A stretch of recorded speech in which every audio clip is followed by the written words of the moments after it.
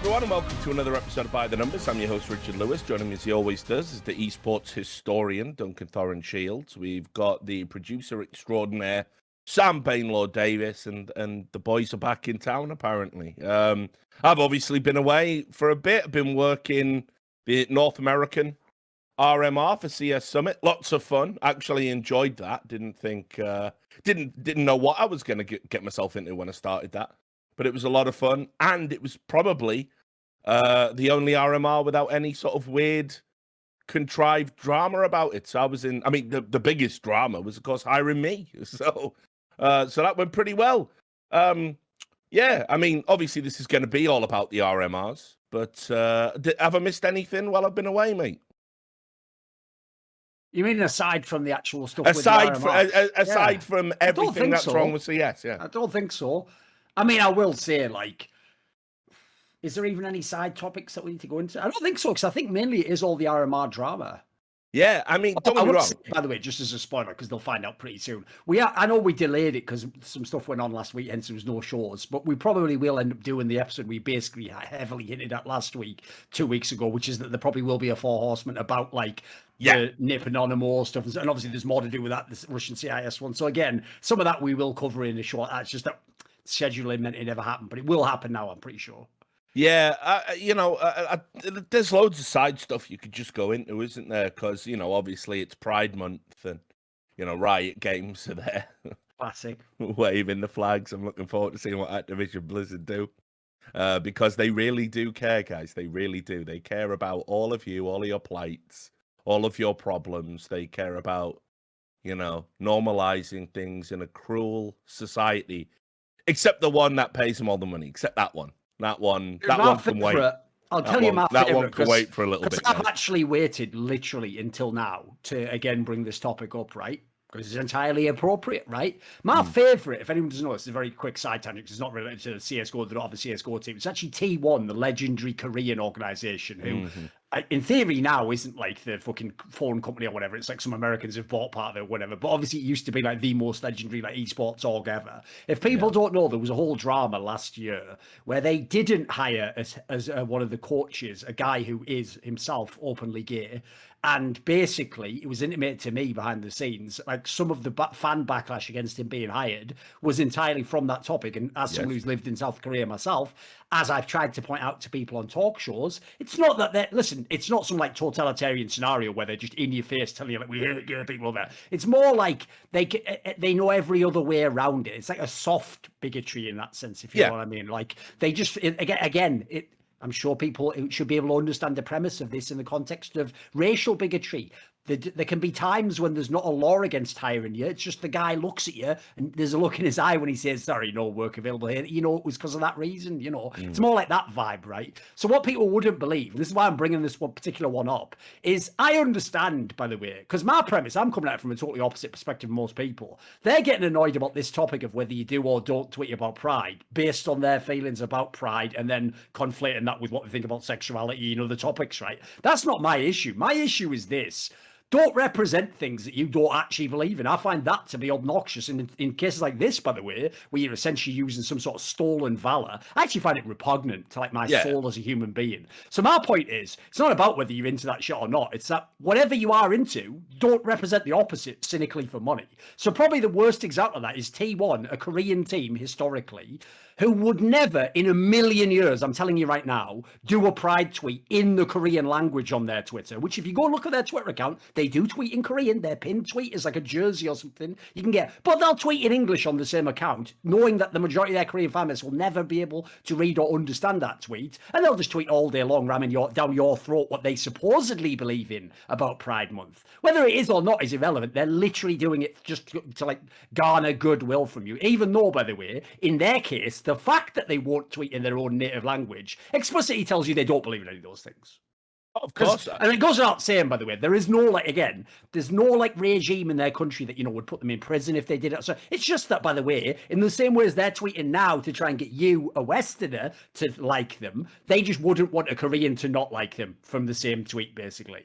So those are the ones that really stick in my craw, Richard. Because with the other companies, I actually know that some of those other companies actually, if anything, don't fit the scenario entirely. Like, they would do tweets like that in fucking, I don't know, the Middle East or something if they could, because some of them are like mad woke like that. So if anything, at least they're vaguely consistent. They don't do it literally in that case. This one, they never believed in it from day one. This is totally fake. No, it's almost as if it was all about money in some way, Duncan. What you've described seems to be something to do with lowest common denominators, painting with a broad brush. Yes. And with that said, we do align ourselves with sponsors that are in line with our values around these parts, Duncan. We are indeed morally consistent and righteous in our moral consistency. So we'd like to thank our sponsors for enabling that. .com/RLS. Longest sponsor I've ever held down. Great guys. Support them because they support us. And of course, NordVPN, new sponsor. But, we're coming up. It's almost been a year. Great stuff. You can get 70% off a VPN. Definitely do that. Go to nordvpn.com/RLS. So look, this is going to be a regional major ranking special. There's loads of drama to talk about. So many angles on this, isn't there? I know. There's so many angles. Why don't we start with Flashpoint? And let's just go back in time a little bit. Flashpoint got a lot of criticism for its handling of certain issues along the way. And what I noticed increasingly was Flashpoint was being consistently criticized as somehow having dropped the ball, as being inept. After the first initial problems they had when that an Anonymous game hadn't even finished yet, Device himself was already saying privately, like, you should never be allowed to host an RMR ever again. After one game, that was before the game had even finished, by the way. After one game, Hitchum Shaheen. He did a tweet similar, yeah. Hitchum Shaheen, and Sam, you might even have this left over. Basically, you can't go much further with the hyperbole there. You're literally saying this: what you have done means you should never be allowed to host. To paraphrase, Hitchum Shaheen said, "This is a disgrace." And Flashpoint must never be allowed to have an RMR again. That was his take on it. And this was while privately behind the scenes, something I'm still being told I'm lying about by plebs on social media. This is while behind the scene, he was leveraging every tool at his disposal to get his way, get that rematch, essentially steal a win from Anonymous. Which they did. Which they did do. And of course, NIP have gone on to make the final. I think it's the first time I've seen someone lose twice in a double elimination and go that far in a tournament. But anyway, three times. Three times. My bad. Yeah. So anyway, the reality is this: the Anonymous and Nip situation was handled terribly for all the reasons we listed last time. But because of that, I know where you're going on this completely. There was an extra level of scrutiny. So another fuck up Flashpoint did do. Was they used a different set of overtime rules. Yes. They used 16K start money as opposed to the preferred 10K in the Valve tournament system that's been used time and time again. This was noticed. And then this is what I mean about letting the genie out the bottle. This then generated a lot of hate on the subreddit, although I shouldn't call it hate. That's a bit fucking glib and blasé, isn't it? It was criticism and it was valid. You should use the right rules. But people were saying, well, do we now need to go back and have a rematch? And actually, because the wrong OT rules were used in the Anonymous NIP, do we have a rematch of a rematch? So lots of questions there. And so that was enough for people to conclude it's a shit show, even though they did change it after that point. It's been so much of a shit show that Flashpoint must now be precluded from ever hosting an RMR event again, or indeed just ever having a CS tournament in some cases, some people. Which, by the way, regardless of how valid I might think that is an opinion. Someone could certainly come to that conclusion. The obvious follow-up becomes, though, this is why, by the way, what me and Richard do on this show actually does require a level of skill that most people could not handle. And what I mean by that is this. When you do a show like this and every week you give your opinion based on changing information, you have to be able to actually change your opinion as the information changes, but also retain the core consistency of, in theory, principles and morals you have and opinion that haven't changed. You have to keep track of where you're at. Now, what basically Richard set up here is that would all be fine if that was the only issue and every other RMR was perfect. But based on even those initial opinions about Flashpoint, everyone in CSGO should literally have ground to a halt now. And even today, every single thread should just be about how we need to replay every match of the CIS minor and how the entire thing's a sham, how none of you will ever support in any context, even with your views, Epic League. Of course, none of that exists, by the way. In fact, it's not even a big deal as far as I can tell. And what I find so whack about this is like the momentum that Flashpoint carries now doesn't even make sense anymore. Like, I don't even work there anymore. You actually aren't dunking on me in any way when you rag on them. Like, people barely even know Monty in CSGO. So, like, at this point, what do you actually hate? Just people having money and doing more tournaments. Like, I agree the way they handle these issues is pretty bad. But definitely, by the way, there was too much hyperbole. But as I say, like, the idea that when you fuck up one match, you can never host the tournament again. Like, grow the fuck up, device. You child. Every fucking tournament that's ever existed has problems bigger than that. As I even said on the last episode, device, the ESL broke your fucking mouse before a semi-final of a major. You lost. What? And they're allowed to host more majors, are they? But they can't fuck up one match with some obscure security setting as you repeatedly gaslight them that it's in no way anything to do with the internet while they're waiting for the evidence. Like, come on, mate. I found that's the thing that I found so disheartening. Is it's not about how hard or how easy people go. It's the fact that there's no rhyme or well, there is. The rhyme or reason goes like my meme. Like, is it Flashpoint? Well, then it's the worst ever. Is it anyone else? Whatever. We'll deal with it, I guess. That's like the vibe I'm getting. Yeah. So I mean, like, let's sort of just summarize some of the rest of the kind of criticism that came the way of Flashpoint and why it doesn't make any sense. I'm literally now staring at all of the Reddit threads. I know there was like a few. Listen, I know the minor tech ones. Like, listen, I didn't even understand why that pissed me off. Was there anything bigger than that though? Well, it's not so much bigger than that. It's just that people were so adamant at this juncture to go in on Flashpoint for everything. So let me just give you a summary of what we had. So first of all, there was a number of threads basically saying, oh, the public figureheads in the CS community have let everybody down. Once again, comparisons to Donald Trump. Guys, you are going to have to get new material. He's gone.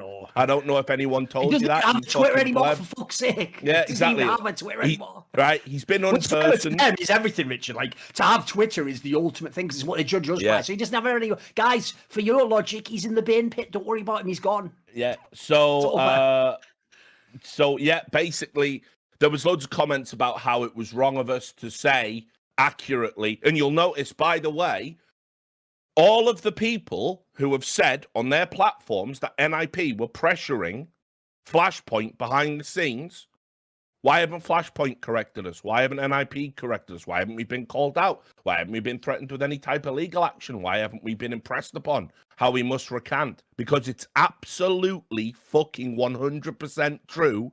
And as always, when I come out, this is how I know it works for me. When I come out and say it's 100% true, they don't know what I've got because I'm everywhere. So they don't know what I'm going to pull out. So no one ever fucking says, when I say it's 100% true, no one ever goes, well, Richard's lying. Because then I go, what about this? And then they go, oh, no, please. I need the PR win. Fortunately for me, everyone thinks you're scum already, even when you're right. So I can walk away as a liar and people will still suck my dick. You, Richard Lewis, 17 Years a Martyr, new movie coming out this summer. You're scum anyway, because a YouTuber said so. So it's all right. So there was 2 threads about how anyone who said NIP had been pressuring. I'll tell you already, when you do make the biopic documentary about your life, 17 years in esports journalist Marta, the tagline obviously has to be, because it's a good in-joke, no one should be in esports past age 30. Because like, that would obviously be the ultimate tag. That was your line back in the day. No, it's fucking true, if that's in the trailer, people know it's going to be fire. I'll tell you, just as an aside on that, right? What I was going to do this show, because obviously I've worked an event, and I've entered into that weird duality where everyone's like, love you again, I guess. No, not love me. I can never be loved because a YouTuber says so. Okay. So that's fine. Here's what I was going to do, right? Because I've just been monitoring the fucking official Discord of the subreddit for just fucking dumb shit. Because I was going to start maybe a new series. You've got Thorin versus Reddit. I was just going to start like Redditards or something. I'm just going to be more aggressive. Should do it. And like just a little like 10-minute hit of the dumbest shit people are saying and why it's dumb. It'll be mad entertaining, mate. That's what I've realized. Sure. The reason we actually do need to make this content is because the only other option is just don't ever read any of it. If you're going to read something, you may as well just monetize it and make it funny at that point in time. You know, I agree. Yeah, exactly. But anyway, there was this one like guy on the Discord who, when I got hired for the event, he was spamming. Like, first it started out like, lol, Richard Lewis, why have Summit hired him? Oh my God, it's going to be terrible. Then he spent 2 or 3 days spamming the PC Gamer article about me definitely 100% very real choking someone. Definitely happened. No big deal there. And saying like, and every time someone brought up the Summit RMR, would go, just a reminder, Richard Lewis is banned from all DreamHack events for physically assaulting someone, even though that's absolutely completely not true on any fucking level. Or that entire sentence is garbage. And was spamming it like on routinely. Then, when the RMR started, he shut the fuck up, he watched, and then, no joke, this is how fucking just facile and empty these people are. Was spamming every day going, wow, Richard Lewis is a really good host. Wow, this event's been really good. Wow, I'm choosing to watch the CS Summit over the European one because it's just so entertaining. They got such good chemistry. Harry and Hugo and Richard just laughing and like, you know, and like was literally singing my praises for 2 weeks and beyond and saying how sad he was that it was. So I reached out to him. I messaged him. And I just said, mate, how old are you? Because I'm going to fucking roast you on By the Numbers. And he went, I'm 17. And I said, forget it then. You're a kid. You're allowed to be you're allowed to be stupid.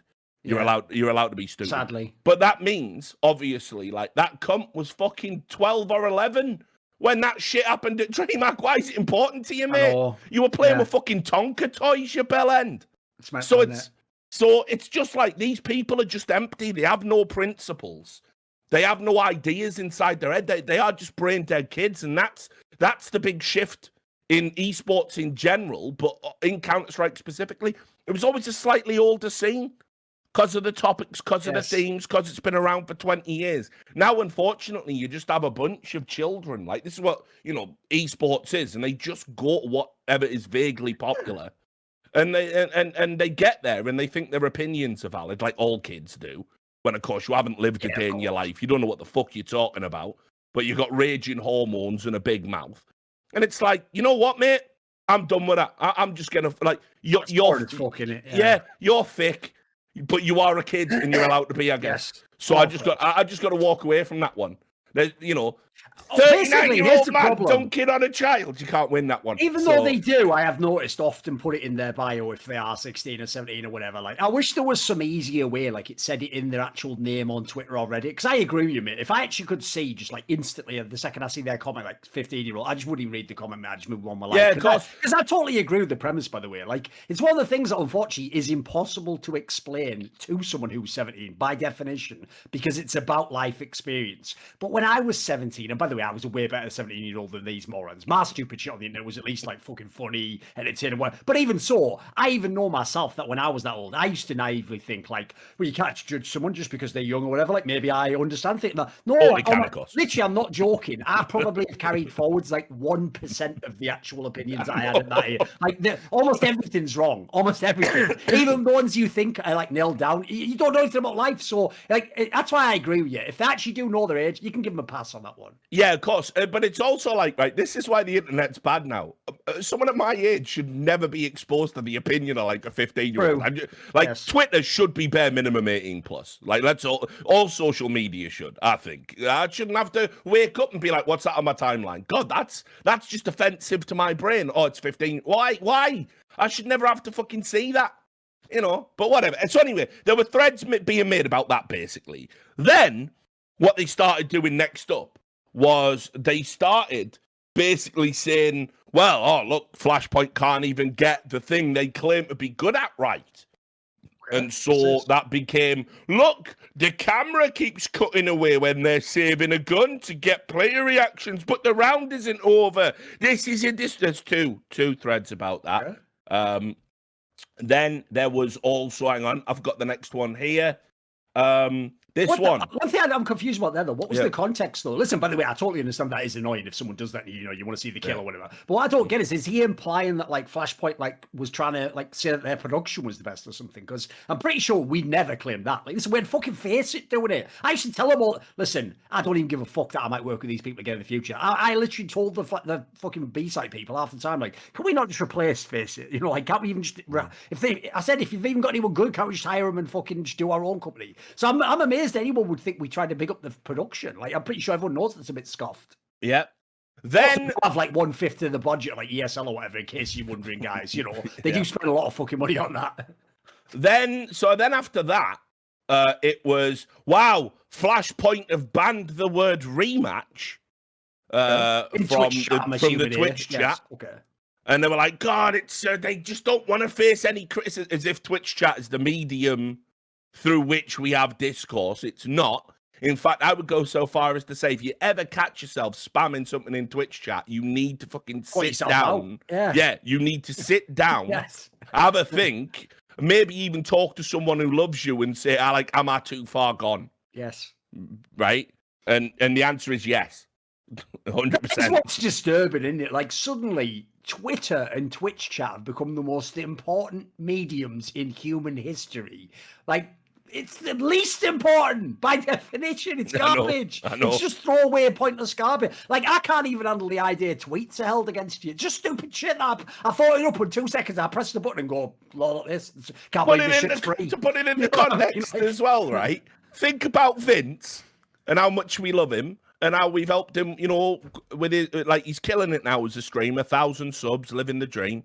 He had to play Super Seducer 2 on stream as part of his sub goal, so you can imagine what that's been like for him and for everyone watching.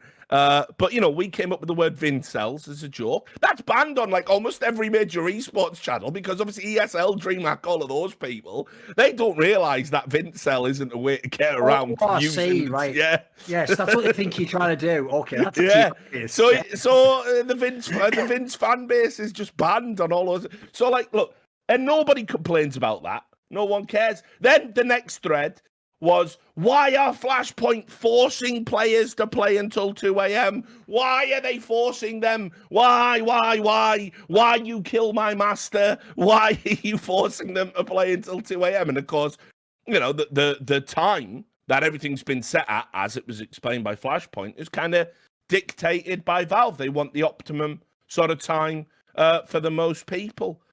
So it was just a deluge of shit. I don't know if I'm missing out anything else. Oh, yep, the reaction to the NFT. That one was mental, man. That's got to be one of the mildest things I've seen people wig out over in ages. Fucking hell. Yeah, that was. Well, first of all, that went via way of biased casters at Flashpoint. I like that. Right, being fully objective is always. This is from Blinusk. Again, he bears the mark of the mental because he's got a Mousesports flair, which is like literally, if you look, I was going through like the Malleus Maleficarum from back in the day, and it says they will bear the mark, and there it is. It's a fucking Mousesports logo. Anyway, being fully objective is always difficult for casters of any sport, but what's been going on at this tournament in Flashpoint, however, is quite hard to watch and hear. Take this game that's going on at this moment as an example. The whole focus is on G2. Every mistake they make is a bold and necessary play, and every good play Mouse do is lucky and okay then. Now, of course, you see what this person who's made this thread doesn't realize is,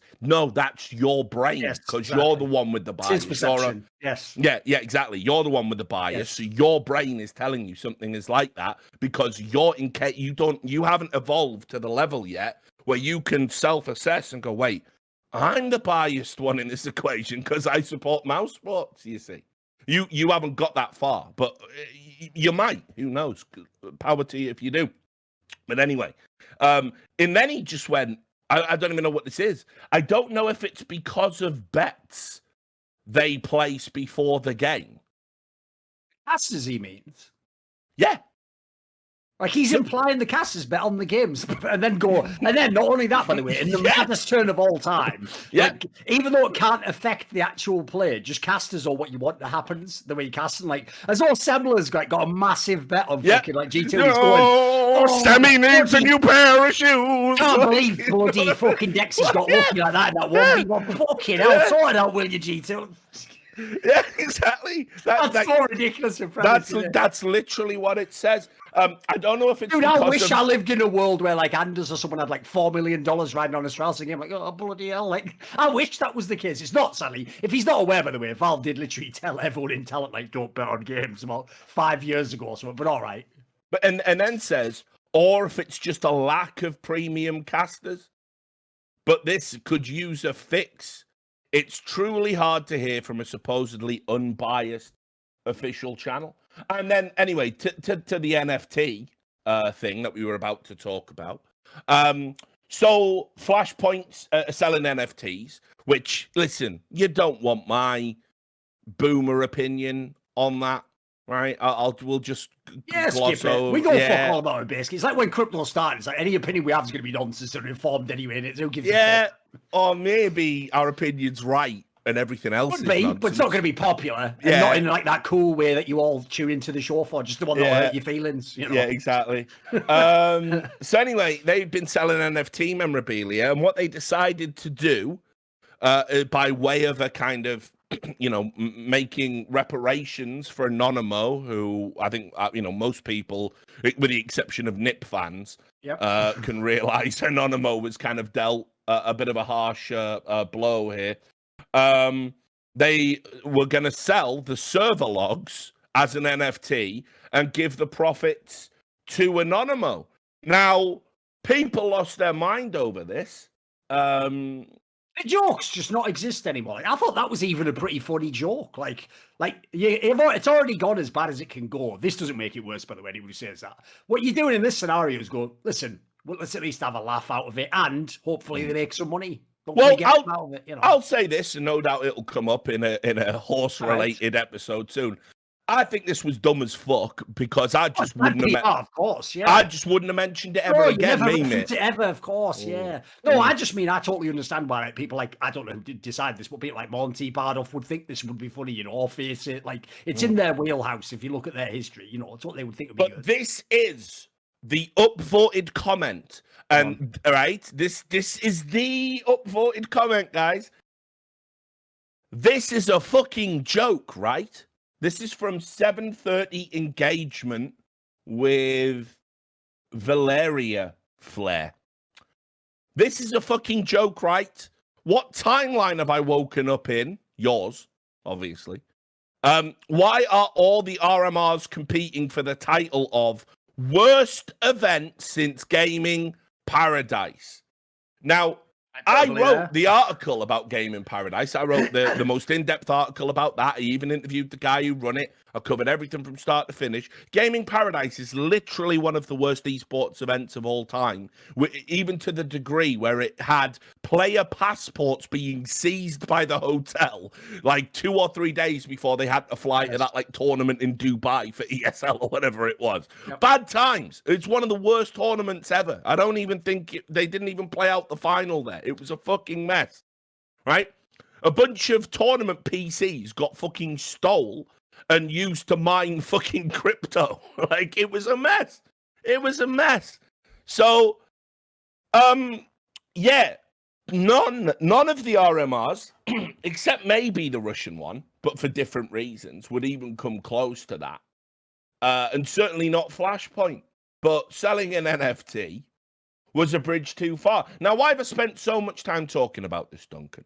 You alluded to it earlier.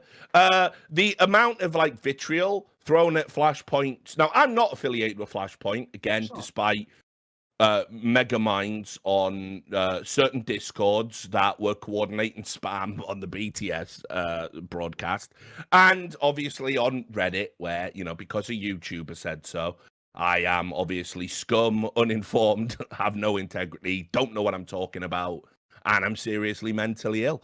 And yeah, I have nothing to do with Flashpoint. And I think I've been pretty fair in my criticism, just even back when you were working there, you know? Mistakes were made, and it's been a bit of a flop, all things told. And like you said recently, probably isn't around in a year or two. So I kind of feel a little bit sorry for them, because I don't think this RMR was especially bad. I think the NIP Anonymo incident cast such a big shadow over it. It makes all the other little things, which, by the way, there are examples there of things Flashpoint was being criticized for that ESL do as a matter of course. Everyone does, course, yes. Yeah. And, yeah, people basically hate on Flashpoint for the same reason they hated on Henry G when he was in Cloud9. And, you know, it boils down to, hate to say the catchphrase again, guys, mental illness.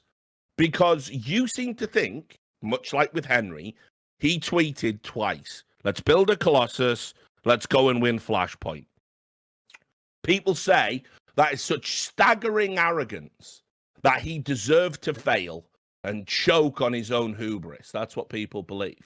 And because Flashpoint have tried to have a little bit of sizzle on the steak and a little bit of showmanship and do things differently and boast about it. And criticise the competition a lot. So, and employed you, even though you're not there anymore. The ultimate sin, yeah. The ultimate sin.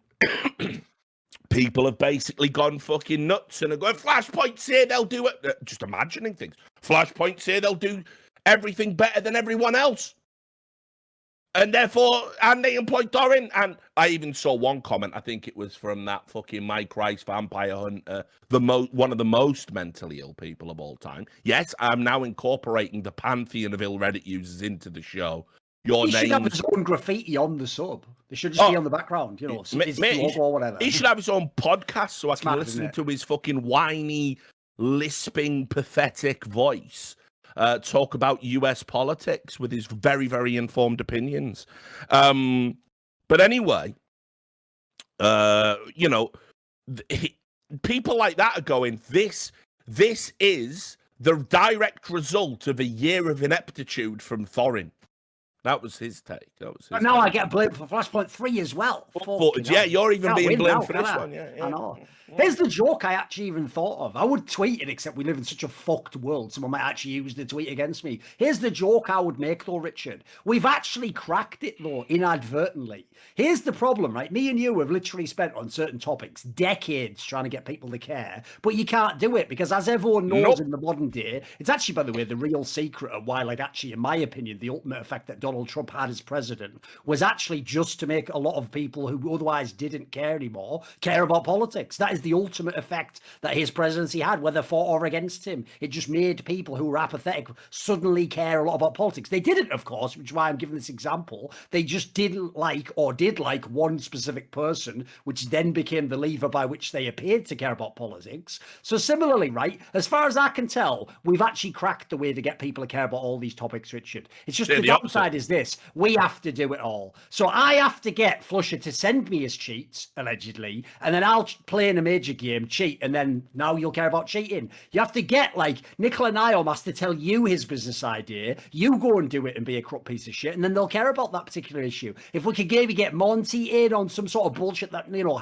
Hitcham, Chican, or whatever's doing, then we can get them all. But sadly, apparently, unless it's just the specific person you already don't like, there is no amount of, like, indiscretion improprietary, criminal behavior that actually you can get people to care about. It's not sexy enough. That's the sad thing I've realized. There's got to be like a human component to it. It's why when people say in the modern day, like, it's one thing if you said this 20 years ago, if you are a modern day person who reads mainstream news and you go, bloody clickbait, I'd say you wouldn't click it otherwise, mate. You wouldn't. It could be the most amazing, like, explanation of, like, you know, something going on in a foreign country. You'd never click it. You only click because it's clickbait. It's a sexy story. Like, that's unfortunately the world we live in now. So sadly, really, what people were doing there was it was all just like fuck Flashpoint in about 500 different words. It had nothing to do with those issues. Because as we kind of alluded to, the Russian RMR legitimately was a travesty. Like, that was outrageous, some of the shit of that. And we're gonna move on to that now. So the reason I am listing all of the outrageous hate and dumb fucking opinions around Flashpoint is because the general consensus was Flashpoint fell well short of the yardstick by which we would measure a successful RMR. Personally, I want to just add this. Keep it in mind that NIP got a replay in an RMR tournament, which they then subsequently won because of allegations of packet loss, the degree of which we still cannot ascertain.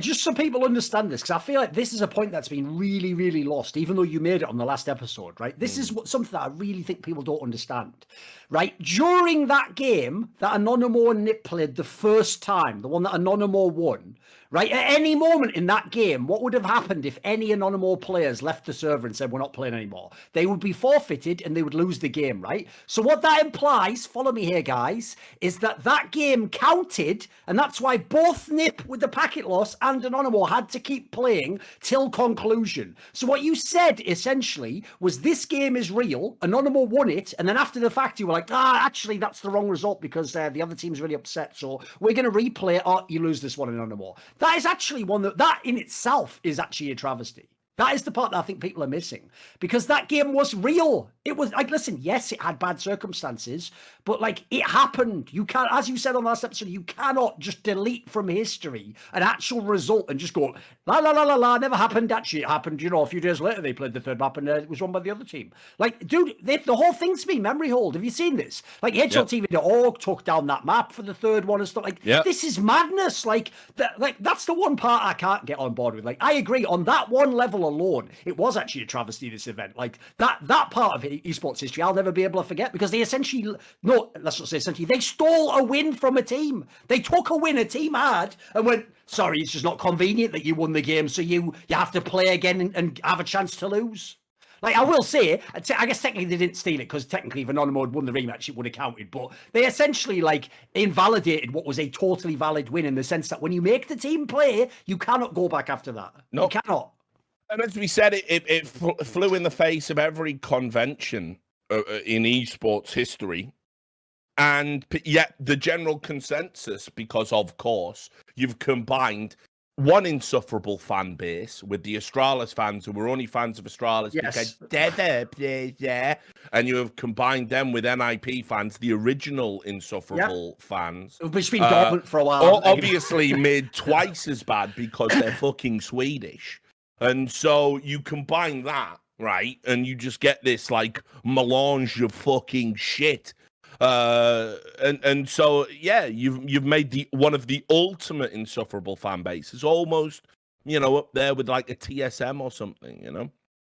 So as a result of that, the general consensus is you have to believe that the replay was the right thing to do and it should be the right thing moving forward.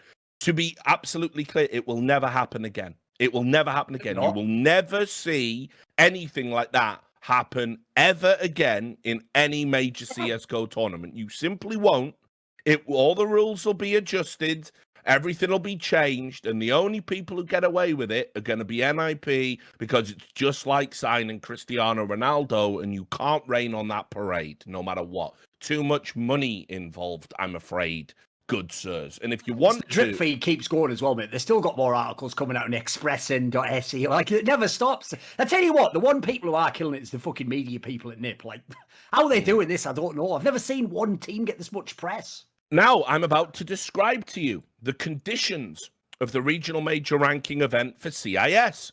And you will notice There is barely anyone saying the obvious, which is the whole thing must be replayed in the interests of competitive integrity. It is compromised on almost every level. So it was run by Epicenter. Let's start. I funnily enough, I've got all the problems with this event to hand, and I'm going to say some shit here on this podcast because I just don't care anymore. I'm like so far. Like, that event was such a nice change of pace.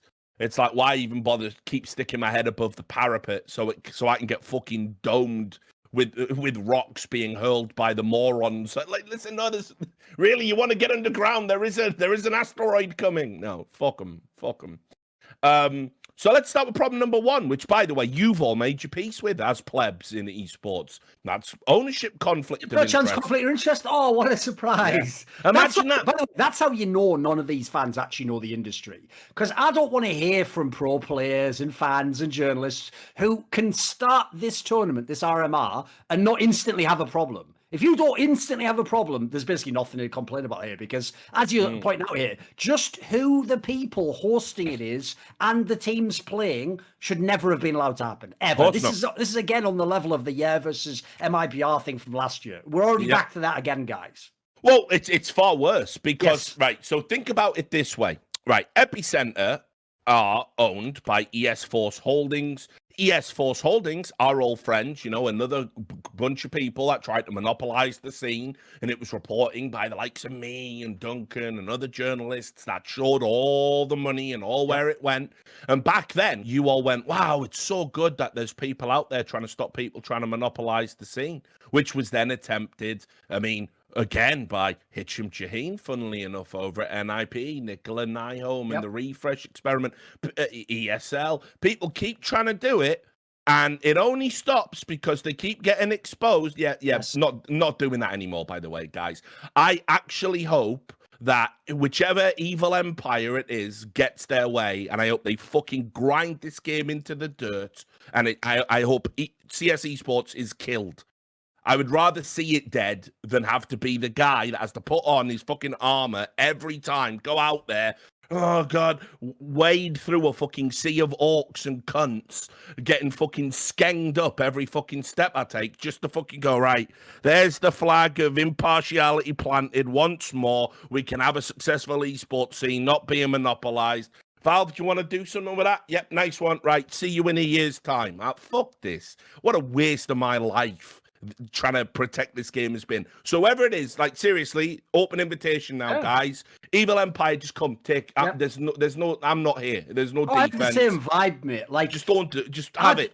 I'm not joking. If you're a pro player or a team org, don't even try getting into my DMs about anything ESL does. Understand, the worse the things ESL does, the better it is, in my opinion, because you had options, you threw them in everyone's face. So you've chosen this future. This is what you all want. Yep, it's what you all want. You love the idea of monopolies because, right, and seriously, Valve has to shoulder some of this, whether they want to or not. Yeah, sure. Right, so imagine a world where Valve say players have to divulge what shares they have in teams, what they own and everything. We all know Epicenter is owned by ES Force, and we all know ES Force owns Virtus Pro.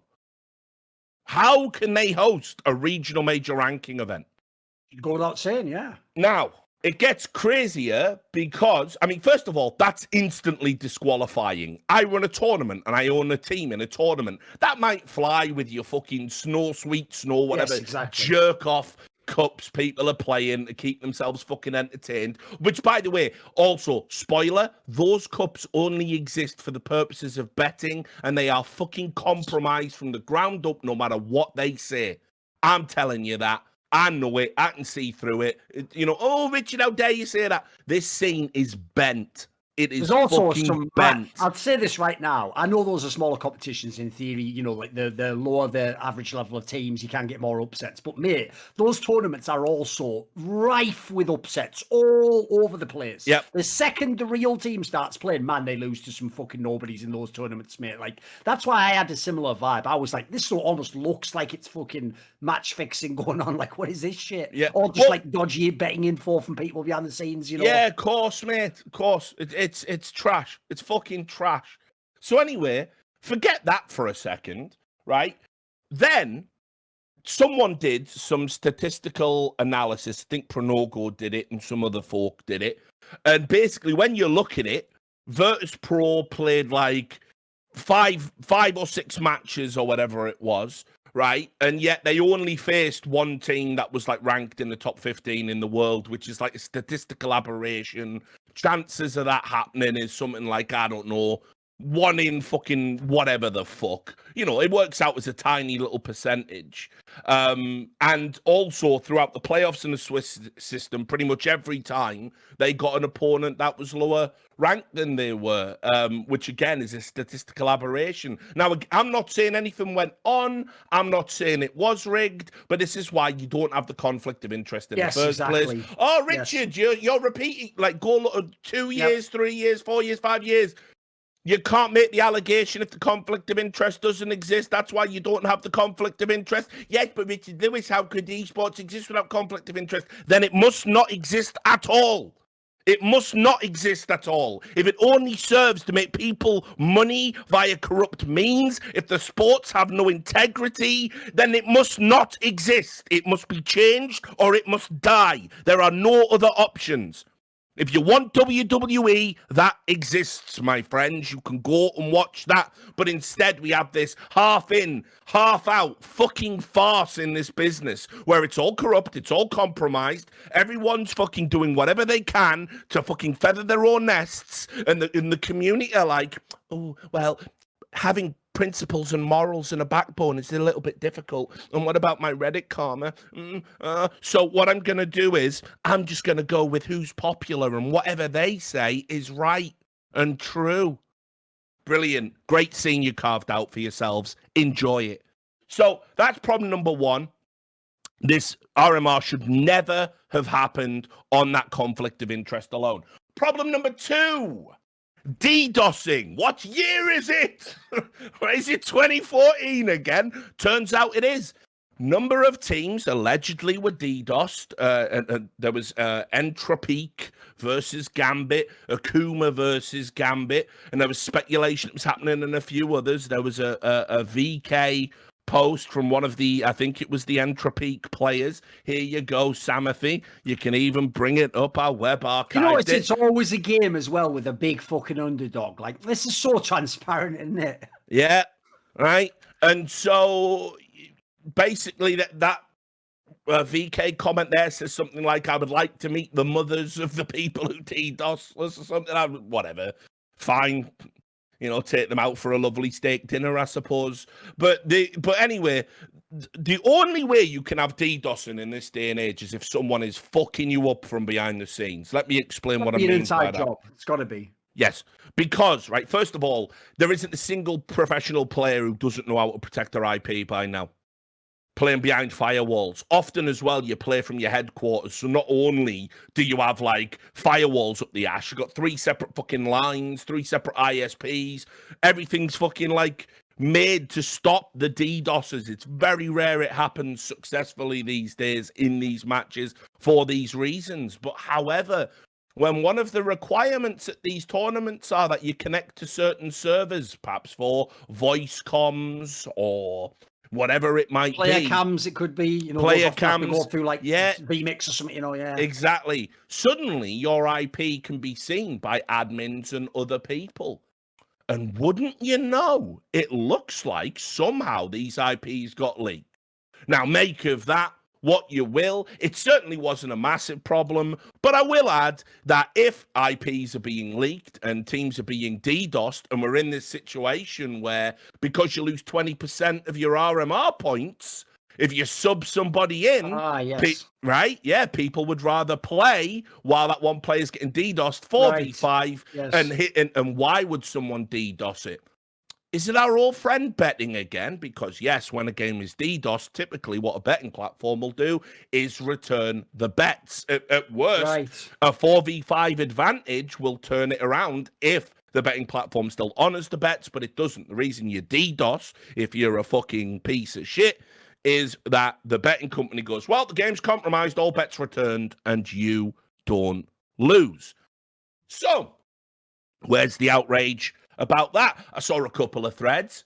Players being DDoS. People seem more upset about the 20% RMR ruling. Absolutely necessary, by the way, within the context of fucking what Counterstrike is. Yes. Otherwise, you'd have ringers and all sorts of bullshit going on. It would be a fucking mess and a nightmare.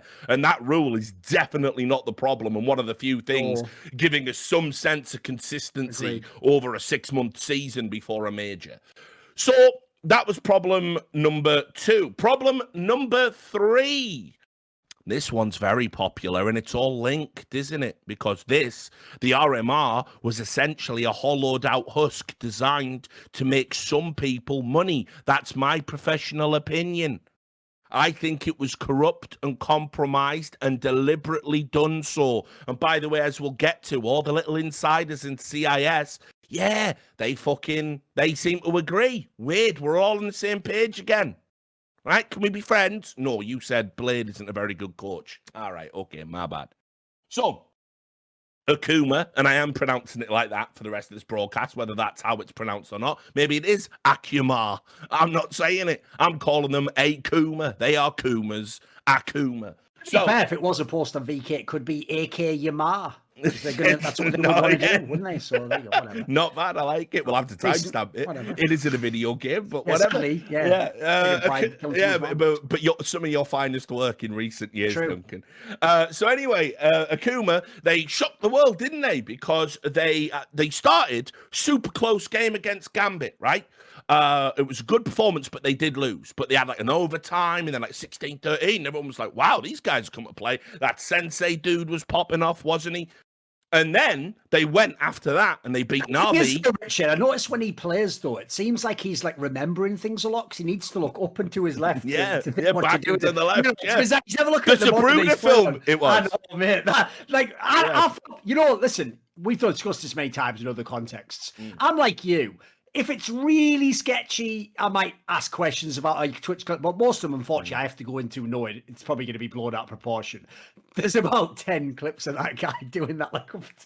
It's like, mate, you've got to at least come up with some explanation for what you're doing because this is just ridiculous. What do you mean, Duncan? How dare you imply there's something odd about the game as well? For fuck's sake.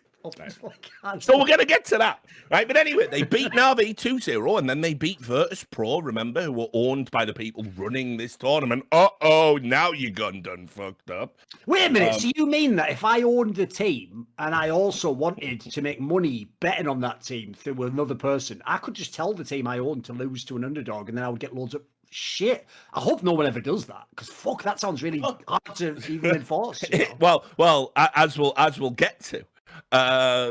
Imagine if the official betting sponsor of the tournament suddenly decided to not only refund bets but publicly imply they were doing it because of cheating. That was amazing. I know. Just even the way that was phrased was almost like just a gift. Disneyland. I know exactly. What a gift. This is a culmination of everything I've been talking about for 2-3 years finally happening in one singular event. And you're still more annoyed at Flashpoint because Monte Cristo has opinions and Thorin has opinions and has Twitter accounts because you never cared, not one fucking day, about anything other than drama. You don't care about integrity. You don't care about any of that, do you? You just want your shooty, bang, bang fireworks display. You don't care. Never say you care. I don't want to see one thread calling anyone out for conflict of interest. Fuck it. Let's own everything.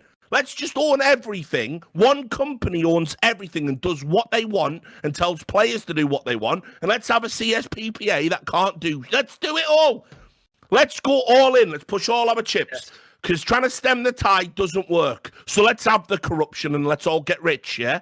Yeah, let's do that. I'm on board. Come and get me. Come and get me. CIS, corrupt people, I'm ready. Come at me in. I'll say any old shit. Write me the check. Buy me the castle. I'm ready. It wasn't even considered a big deal or notable that a CIS betting company would be like, you know what, just have the money back. It's like, that would be like some fucking Goodfellas / casino level Scorsese fucking mobsters, Italian mobsters just being like, you know what, just give all this money back. We stole, actually. It's not the right thing to keep it, is it? Like, so anyway, the people were like, wow, Akuma are having a coup, beating all these teams. And then several community members and players started looking at the footage of the broadcast, which, by the way, problem number 3.5. I worked in RMR, right? And my understanding is, from the rules, which were religiously upheld by CS Summit, great. They did a great job. Virtually no delays the entire tournament, despite this additional component. You have to have a camera feed filming the players for integrity reasons. Yes. Yeah, well, we just turned them on and off on a whim at this one. There was multiple series played, including the Akuma ones, where there was no live feed on the stream. However, the ones that were, mostly that Sergiz guy, you're right, mate, he fucking does seem to have a fucking weird memory problem, because every time he was in a clutch, he had to just do this. Like, I know. Milk. He's the ultimate wind your neck in cunt, isn't he? Like, milk, bread, sugar, ammo. oh, she's really pissed off. Oh, what is it? Fuck. What is it? Is it a birthday? Is it the anniversary? Shit. Now listen, right? I'm in the round. My bad. Yeah. And anyway, like, I did my own thing because, look, I also know about the Na'Vi defense. I mean, they fucked up. You beat Na'Vi, right? And I also just want it on record. It would be the easiest thing for me, by the way, to sit here and gloat that Na'Vi got banged out in the RMR and finished 5th, right? And I could link it to all the criticism I've given them again. And they fucked up all the other RMRs as well. So it's not like it's any different, is it? I know. Right, as I'll get to, I think Na'Vi have been fucking robbed here, right? And there's something very wrong gone on at this RMR. But anyway, so the number of top CIS players going, why is he looking there in this situation? Launders, right? Launders did a video where it's simple. It's the Go TV, and he's made it look like Simple's POV with the fucking model view and the crosshair and everything. Just and to see if you can see the peak or whatever. Well, he did a talk through. And incredibly, somehow Akuma just have such a good read, they just don't go where Simple is. Right. Or they pre-fire the shit out of him. And Simple's completely neutralized in this game, the best player in the world by some distance, right? So anyway, I thought, okay, Launders has said it. Now you had my interest, now you have my attention. Yeah, I'm sure you can rush it. Some people in South made a tweet about the event, right? Yeah. I went and fucking got some other players to have a look at it before I was doing this podcast, and I asked their opinion. People I respect, people who like to keep themselves out of drama. I'm talking top players. I'm talking players who played at the highest level, right? I'm talking about people who've competed at a major that I'm friends with, and they all say that you would absolutely at no point in a clutch situation be staring at if it is the radar he's looking at for seconds at a time. No, you get it with your peripheral vision, or for a second, don't you? Yeah, you don't look at it the way this guy looks. He looks as though he's looking at something. And I'm saying to them, no, but could it be? Is there and they're all just like no, absolutely not. There's just no. There's no devil's advocate, basically. Yeah. No one thought there was now, a reason. Listen, I'll also say that cannot be the standard for guilt. Yeah. Because if it was, I mean, shit, we'd be visiting Flusher in jail, wouldn't we? If that was the standard, like doing this, right? So anyway, that's what the general consensus seems to be. There's something wrong. And I'll also add, Akuma haven't helped themselves, have they? Because when asked about it, what are you looking at? The best they can come up with is not sure or the radar. Some people said they're checking a second monitor. What's on that second monitor is the obvious question. You know? Yes. So no, but then the Akuma, I mean, what's on that fucking anime? You like those kids I told everyone about like 50 episodes ago? You just watching fucking Attack on Titan and like this? Oh fuck, where's Simple? It's like, give me a break. But I've got the tweet. Hang on, let me just find it. Sorry, I've got a bunch of tabs open as is normal. And we can close that.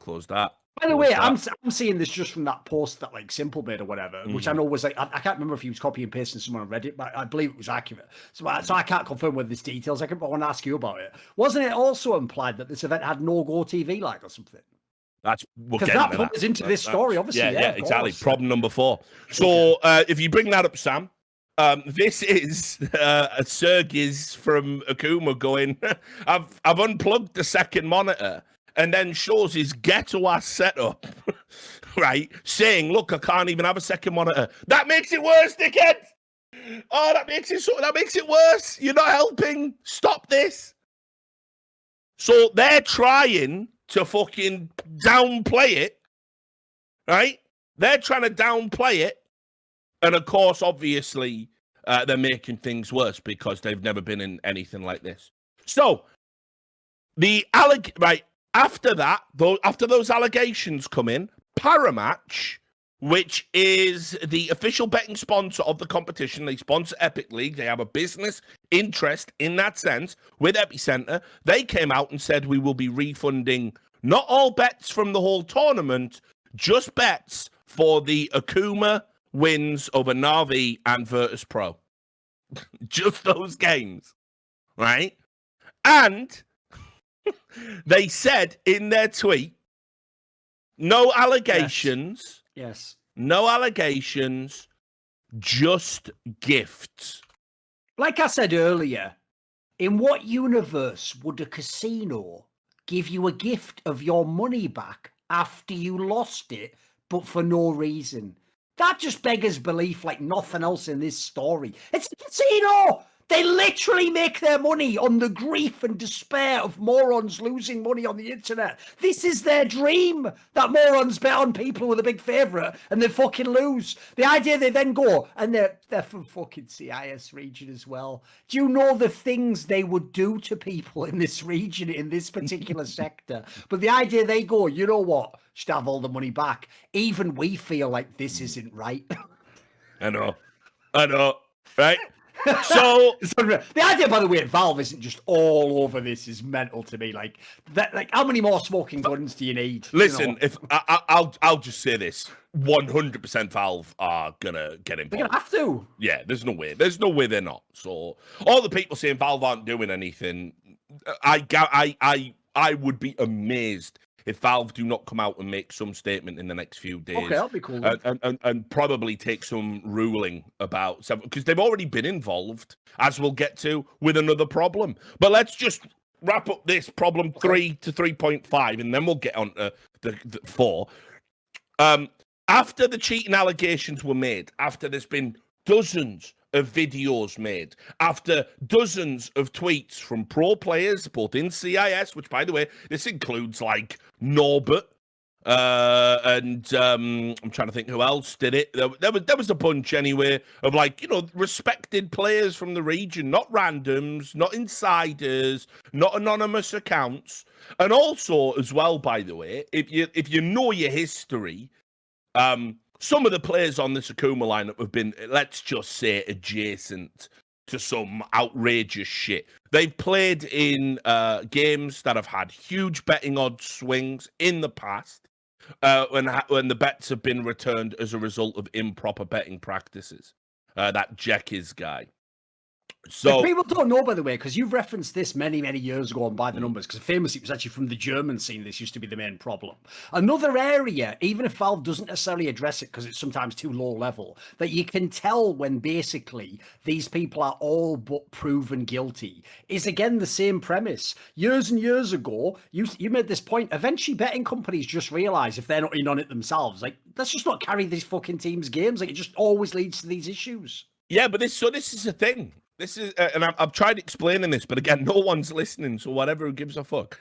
What happens is, right, if you've ever wondered why all these dodgy MDL teams, for example, keep changing their names over and over and over again, what happens is all of their games have weird bets placed on them, but rather than conduct their own internal investigation, because that takes time and effort, and it's a small market and it's not really worth it, what they just do is they just ban the team name and say we just won't carry their games anymore. And so they just go and they're like, right, we were super soldiers this week.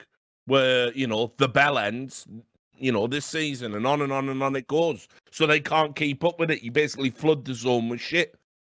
So that goes on. So yeah, there's probably a good chance that these guys have played on teams that have been banned, but there is no central hub for that information. And how would we get it? And GDPR and all this nightmare. So, basically, the unfortunate reality is almost everything is set up to play to the match fixes.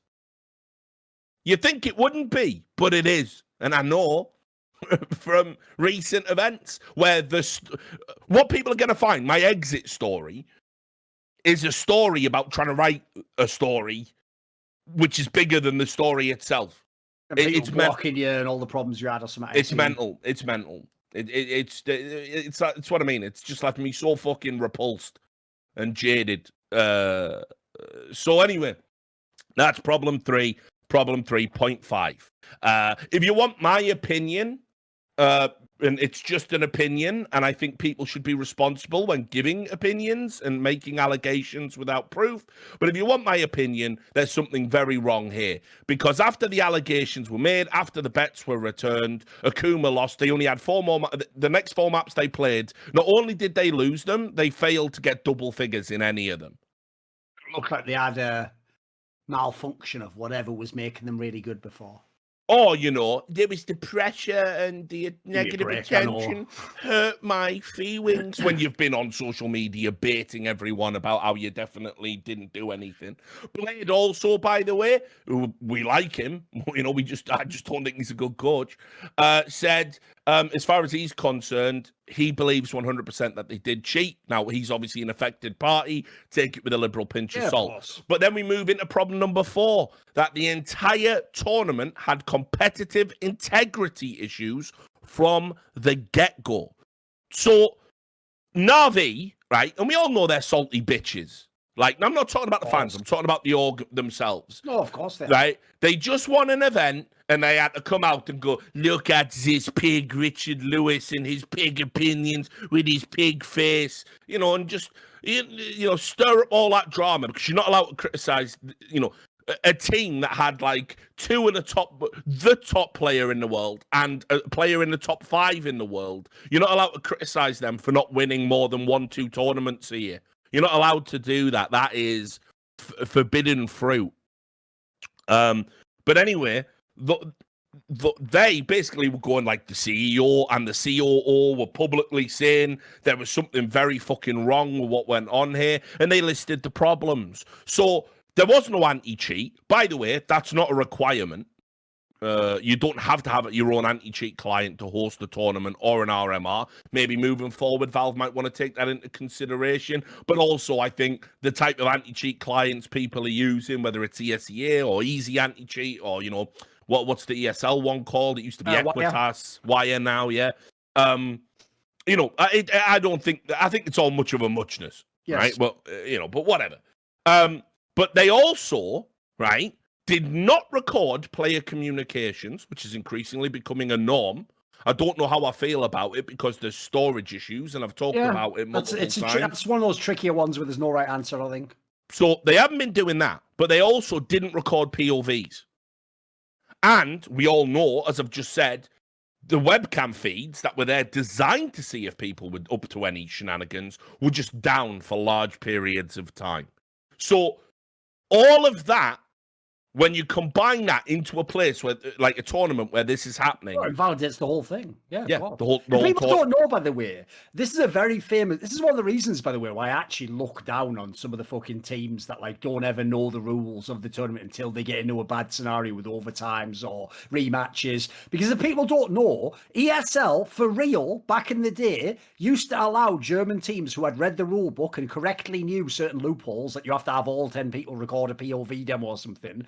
The German teams famously would play the game knowing that, probably 2 of your players didn't do it, or maybe one person forgot or it got corrupted. And if they lost the game, they would just say, we request the demos. And if you didn't have even one demo, it was you forfeited the game. And that was, by the way, that could even be the qualifier for like an IEM World Championship or something. Like, the point was, if you didn't follow, because this again was like an anti-cheating measure, if you didn't follow the basics of the match, you just forfeited the game, and it was just taken for granted. Like, yeah, that's it, it's over. So actually, if people don't understand, I know people already used this hyperbole and sort of blew their load on Flashpoint, but actually the circumstances of this event legitimately do mean the entire tournament should actually be replayed from the beginning. All matches revoked. Listen, I know that sucks, by the way, if you were two teams that didn't cheat and had no issues, but as we pointed out, from the beginning it was rotten. Like, by the way, I'll even say this as an aside because we didn't reference it earlier, but I will say this. Technically, FPX is one of the teams within Flashpoint who are an ownership team, and they played in the Flashpoint area. In my opinion, by the way, I don't think Flashpoint should be allowed in RMR. That's even in itself got like a conflict of interest.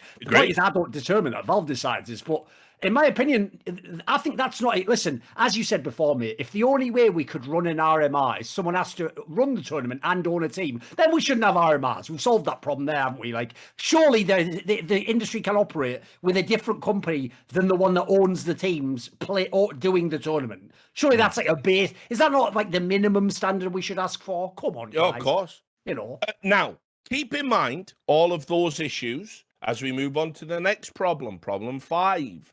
The infamous GoTV issue. So the Forza player, Zorte, posted on VK that he noticed the servers used at the RMR had an accessible GoTV relay with a password on it that had 0 delay. And he also said that he noticed there were Chinese guys, as he described it. I don't know how he knows. I guess maybe they were using, Mandarin pictograms in their names or something like that. And he said, were sat watching their match against Na'Vi. I'll give you the full translated post, Sam, if you want to bring it up on screen. Now, I have studied match fixing for a long, long time in esports. And let me tell you, I think it's hilarious when we get like the next thing we're about to get to, where all these CIS insiders, like Villat today, was going, I'm about to blow your mind and tell you about a scam that's happening. Mate, this was happening in StarCraft Brood War, you fucking mug. You're just such a moron, and you don't pay any attention to anything except what can I tweet to get clout today. You don't actually know. Welcome to 2012. Oh, did he think this was the first instance of match fixing or something in esports? Mate, I'll read you what he said about it today. And he's going it seems like the perfect crime. Mate, they've been doing this for fucking almost a decade that I know of. That's before we even, people have been doing this in mainstream sports as well for live betting. They were doing it in the fucking 90s in the Premier League. Southampton players were rigging when a fucking throw-in was happening with the live betting. And guess what? Yeah, it was for a Chinese betting syndicate. Weird that. Oh, people don't know about that. I'll give you a random piece of aside, but it'll be interesting to put in the annals of history because it's almost like an oral history of Counterstrike, isn't it? I'll even give you a detail I was told by someone within actually a prominent esports betting company, which is this is how hard the Chinese go for getting the data and therefore enabling bets in their region. He told me, Richard, that some tournaments, if the tournament doesn't give API information, because say they have a betting partner and they only give it to that betting partner or whatever, right? Say if someone does something like that, they said no joke, those Chinese orgs literally hire a person to go in person to the event and sit behind the teams and just manually send them shit over phones. These people but fans don't understand the problem here, right? That you really have to understand to know how bad this problem is now, because every fuckhead pretends to know about crypto. The main concept in crypto you need to understand is what is the total market cap? How big a thing are we talking about with this coin, right? If people only knew the amount of money that is going back and forth in these transfers, you'd know why these things are totally plausible. It isn't like you naively think a few people doing a few $50 bets. There are games who are small games that nobody would watch with tens of thousands of dollars go back and forward. So when you look cumulatively, this is probably a fucking it's probably it's definitely hundreds of millions of dollars as an industry, as in the scam betting stuff like that. It's huge. People don't know how enormous it is. So let me tell you about how it worked in StarCraft, and then you can make a determination about whether or not to be concerned about it here in CS. What they were doing in StarCraft, this is in Brood War, this is in StarCraft 2. It got brought up in StarCraft 2. It made it to the front page of Reddit. And again, everyone just dizzled their way out of it. And no one, it's all been bent for years, right? You like it like this. Stop pretending. So what you do is, there's two ways. You either host your tournament yourself because you know the expenses of hosting a Yes. tournament are going to be infinitely small compared to something where you can just rig or have advanced information about live betting, rigged outcomes, whatever it's going to be over the course of a tournament that you then use to place bets across all the other betting platforms that will host your action. Or you pay to have access to zero delay stream. And this was happening in StarCraft. That's what they were doing. Again, it was a Chinese betting syndicate that had ties to, I think it was Macau. And what they do is they sit there, they watch the games, they can tell you when things are going to happen. You can place live action bets, you get the edge on the odds, you can make lots and lots of money. And they'd obviously paid to be there. They said, if we put up the money for the tournament, we have one stipulation. We have to sit in a 0-second stream. So a live feed from the server. So now, also, I'll just add that if you were working for a data company or a betting company, and you needed, because they have to have the 0-second delay streams going to these services, and actually for integrity reasons, you would also have to do this. But whenever I hear, it's also that people don't know how actually these events get spoiled as well. Because don't people famously like go in the Twitch chat and try and like spoil the outcome of the game because they have access to this shit and stuff? Like I've heard people go in there and they're going like, he wins this round or whatever. Like I've heard that even happens now. I almost feel that's like a wisdom of crowds thing where it's like people just say, yeah, and it just happens to be right because think about it, it's like a coin toss every time. You've seen this. There are people now, if people don't know, that it's gotten so bad on social media. There are people who just say me and Richard blocked them who we didn't even block. We literally have never interacted with the account. Like that's how bad it's got. There's like fake people who want that hype. Yeah, so I don't know. I mean, probably are one or two, but the idea that the sheer volume of people doing spoilers in Twitch chat would have access to this privileged information, privileged streams, yeah, I don't buy that for a second. Implausible, sure. Yeah, but anyway, so right, I would immediately have grave concerns here because a zero delay Go TV with a password given out to Chinese, according to Zorte, Chinese guys, as he said, sitting there watching it, that reeks of match fixing to me. Something has gone on something very wrong is going on there. And then on top of that, right, well, now we get into this realm of initially Akuma were being accused of, is it a radar hack they're using? And are they cheating? Have they just decided to risk it in the RMR? Well, now, by the way, all you would need is the password for this, essentially, Go TV relay. It's like having all their team on the radar hack. Yeah. Basically, right? Yeah. And you would then, because obviously you can't have it on your monitor, but you would then have somebody telling you the information. Or you know, windowed. Someone could. So what they do in MDL, what the match fixers used to do in MDL, and I've talked about this and written about this, and again, you know, what they would do is they would have one person. It used to be. So what you would do is, if you were playing somebody, you would say to a player like, "Will you give us your radar?" And they would sit on a Discord and essentially stream it, because you know on Discord you can just click stream what's on my screen, and then I can have my Discord windowed. Let's say, for example, I can make my Discord just small enough I could see the radar of that guy streaming to me, and I could, move that window up, you know. But anyway, whatever. Neither here nor there. So with the fact that we know those relays exist, again, this entire tournament is compromised. Doesn't matter whether Akuma had access. Yeah. Someone did. Because there's no need for that to exist otherwise. And if a player at Forza can find out that they exist, who's to say whether or not there's some grand conspiracy, which we're going to get to next? Who's to say you couldn't just stumble across it? Who's to say you're not in a Discord with the admins and they just happen to leak the password thinking everyone in there should have access to it? And then you take the password and you go, oh my God, I can get into the Go TV. You know, the whole tournament, if we actually cared about competitive integrity, which, of course, spoiler, we don't, it needs to be replayed. None of these points are valid in any way, shape, or form. There are too many problems with this tournament. And then just as a final point, not linked to this, we're going to get into the Overdrive tweets and all of that in a second. There was also the problem where the community said, Valve bad, right? Why are Valve bad, Duncan? Because Na'Vi were going to play Entropy in the 5th to 6th place decider. And they said, we agree not to play. It's like they're just playing into all the stories in the last few episodes, isn't it? I know. Yeah, I know. It's mental, isn't it? We agree not to play, and we'll just halve the points. Yes. People thought that was reasonable. Even though, if you don't know, literally halving the points ensured Entropy, as far as I can tell, would be a team that got invited next time as opposed to Akuma instead. I think that was even the scenario.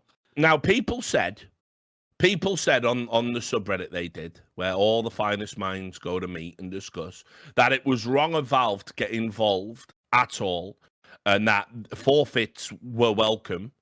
My God. According to the rule book. Again, we're not just talking about a forfeit, you understand. The insider for the points. Yeah, we're talking about points being halved and shared. The entire premise of the RMR isn't even to win, by the way. It's to get the points to qualify for the majors. So essentially, the points are the currency of the tournament. So what we're saying here is, let's just allow 2 teams to go, you know what, why don't you have some points and I'll have some points. That should never, ever be on the table, ever, at any moment in time. And also, let's add this in. Since people love to bring up all the other shit with like Flashpoint, I looked it up. Every single CIS RMR that has ever been held, there's been something like 3 or 4 now. This has been like the 4th or 5th one. Every single one of them had a 5th place decided. All of them had this happen, that they played it out and they decided who got the points. And as I say, in this particular case, as far as I can tell, it was, in the end, it ended up being played as a match, but it would actually have literally essentially match fixed and determined that Entropy made the next RMR tournament without having to like go through the qualifier. Like, that's ridiculous. Well, like, you're just opening the window for match fixing if you're missing out a key detail. Come on. And that is that had they split the points, it would have meant that Entropy jumped ahead of Akuma. Yes, that's what I just said. Like, sorry, been the 8th team instead, I think. Yeah. So basically, Akuma. So no, but obviously within the context of what happened, everyone hates them now. Yeah. So essentially, essentially, you can rig an outcome to deny someone you don't like, someone you have a grievance with. You can't allow that. No. For a major. So people were saying, and it was either that Valve should have allowed them to do that such gentlemen's agreements are fine. And the other one was, well, you know, whatever you think about it, Valve should have got involved before now. No, upholding that 5th to 6th place playoff, making it be played was absolutely the right thing to do. Yes. You know? And credit to Na'Vi, they played it seriously and they won, even though, again, if you wanted to fuck over Akuma, you just lose that game. But the heat probably would have been a bit too much. So, right. We're at the end. They're all the problems. But then we get to today and suddenly we get the classic CIS drip feed of clout chasing. Now, Overdrive, you might not know who he is. I didn't know who he is. Yeah, he's a weirdo, It's just annoying, isn't he? He's just an annoying fucking guy. Yeah, well, he's gone psycho. Because like half of his shit will have some legit stuff in, but then half of his stuff just... One of the things I don't get about their scene, right, is if I say the names... The reason, by the way, I never say the names of the clout chasers in the Western seas, they are nobodies. They are literally only famous for having Twitter accounts where they don't use their real names and clout chase. The mad one about the CIS regions, why we went so hard on Senya, is half of them are like known people. People who actually have like credible careers before this. And it's just that now that they're basically just like the ex-Hollywood actor who just has to do any commercial he can get his hands on now, like any garbage. Like the way those guys have sold out is so sad. Yeah, but it's because they know, obviously, that they get fucking, you know, it obviously converts into hits. It's not like our region where I think basically reputations just come and go on a whim. Let's say, for example, if a YouTuber says something about you, you know, just invalidates 17 years of your life. And, you know, out there, it won't ever matter what Senya does or did or says or when all the times he's wrong or anything like that. He just gets to be him and gets all the hits every time he opens his mouth. I mean, remember, was it him or was it Starix? I can't remember which one it was. Remember, Source 2 was definitely coming out. One of them had that, yeah. It was definitely coming out. And, you know, video, millions of clicks. Like, just wrong, just nonsense, guys. But anyway, Overdrive. I never had an issue with him, but when all that, was it, I can't remember which org it was. He basically was standing for Quantum Bellator Fire, I think it was. That might be it, yeah. And I was just like, look, mate, I don't trust that org. And he was going, no, but it's different. And he did that classic where it's like, before you say this thing is bad, you should reach out to me to ask if you can have permission to say it's bad. Yeah. Nah, suck my fucking unwashed nuts, you fucking prick. No. Anyone who does that to me, I don't have to run my opinions through you or anyone else. I don't have to do that, right? And I never will. If I want to express an opinion, I will. If I then want to get informed and revise that opinion, I will. But if I have enough information to have an opinion, I've earned the right to an opinion. I will express my opinion. I don't need a check. I don't need to come and kiss the ring. I don't care who you are, how long I've known you. My opinions are my opinions, right? I do not owe you anything when it comes to that. And so as a result, he got upset. And as a secondary result, because I just don't need to hear the ravings of dumb cunts every fucking 5 seconds, he went on the block list, which, as you know, that's always the thing that tips people over the edge. Did he have fucking mouth? Yeah, of course he did, mate. He was tweeting Richard Lewis. Yeah, he can't keep getting away. Like, listen, mate. That's why I say, I know you've learnt the lesson. The ultimate way, it's like holding a mirror up to a vampire. Oh, it is, isn't it? You just block them and what? Exactly who they are. They always. Exactly. Always. Yeah. Every time. Yeah. So, and that's why I do it. And people go, it's because I can't take your opinion. Your opinion is your opinion. You know what? You're scared of hearing other opinions. Yeah. Your opinion's the one that's so terrifying and edgy. You're the great thinker of our time, aren't you? Hypocrite radar. Now deleted. Guy used to pretend he was a fucking duck 2 years ago. Brilliant. Yeah, you're the genius that's gonna warp my mind. Oh no. By the way, I have to ask you one thing though, because I can't be the only one. I don't watch the chat in this channel because I hate Twitch chat. Nothing against the people in this channel who pay for the show. Everyone else, fuck you. But anyway, right, I'll ask the chat if they also thought the same thing. Right? I watched that whole skit you did about the fart coin.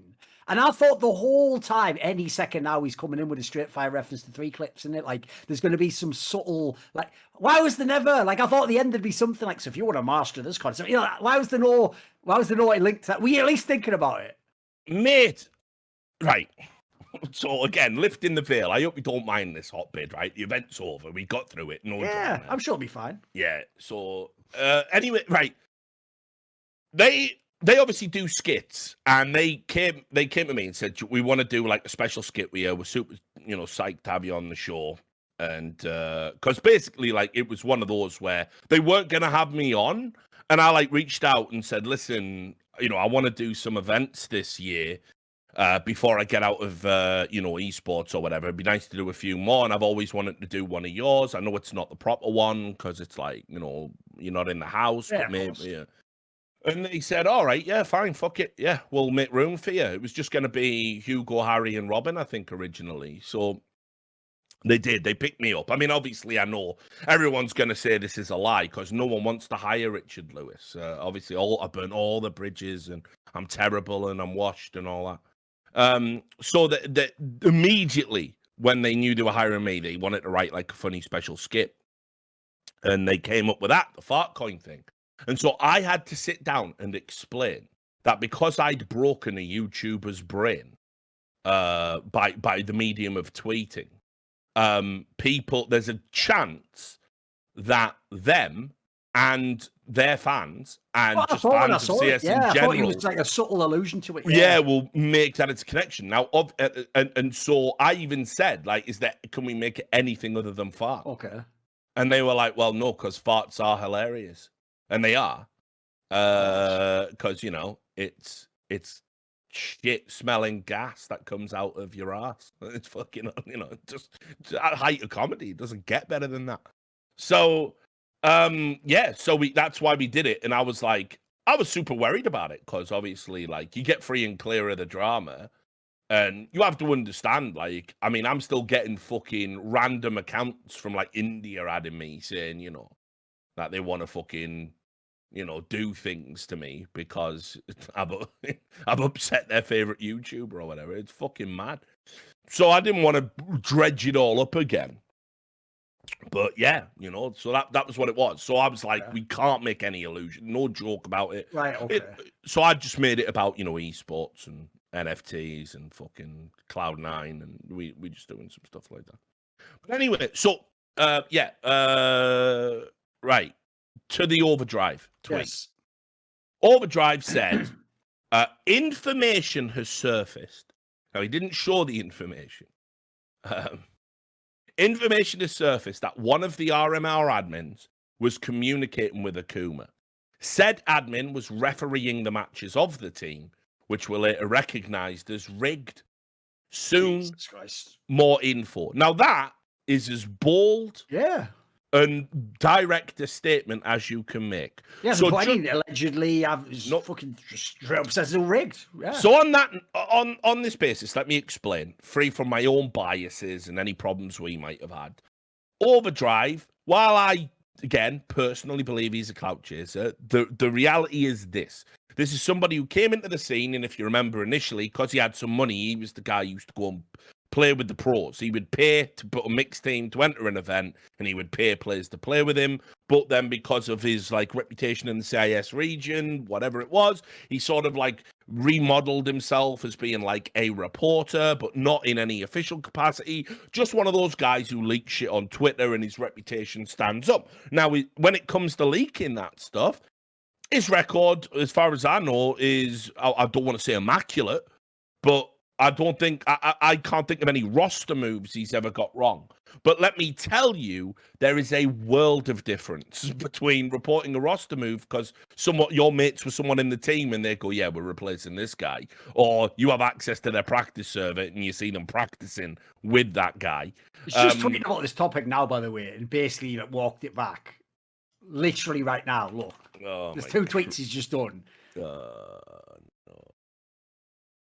Right, okay, we'll come back. We'll add it on. We'll go through it. A delicious layer cake. Yeah, there you go. Right. Breaking news. And here we have from the Overdrive. But funnily enough, Duncan, it proves my point. It does. I know, he's walked it all back. There is a world of difference between reporting on a roster move, which is super low stakes, even though, of course, the community will wreck you if you're wrong. Yes. By the way, for example, I think DK did one report one time where they were absolutely in contract talks, but then they couldn't get it over the line. The deal didn't happen. And even though all his report said is they are in talks, people use that to go, look, he's wrong. You should all support Ryan. Rush B Media instead. As if you have to pick. As if you can't just have a group of journalists. You have to pick one person. No, Jake, look, he's the future. Look, he's drinking a seltzer down his gullet, his long gizzard neck. Brilliant. Yeah, this is fantastic. Yeah, loving this. Love the level of discourse we have in esports reporting. Jaded, in case you can't tell. So anyway, it's a different ballpark when you start reporting on shit like this that matters. And you're talking about actual corruption and potentially criminal acts. And you're talking about it in a region where, by the way, they don't fuck around when it comes to things like this. As in, forget the fact of the very real reprisals every time you open your mouth when you are talking about literal crime syndicates and stuff like that. Forget that. People might say, oh, Richard, that's stuff from a movie. Matter of time before someone gets capped over esports corruption. Mark my words. That's round the corner. Even if it's just criminals within their own little world. Yeah, I'm surprised that hasn't happened already, mate. Maybe it has. We just don't know it was esports. Exactly. Yeah, exactly. Because where there's money and organized crime, if you get in the way of someone's paper, comes along, yeah, of course. I mean, I've already told you. I know about players in China that have had literal guns pointed to their head. I know about people who've been induced to fix matches, who've had like goons hired up at their fucking mother's house to intimidate them.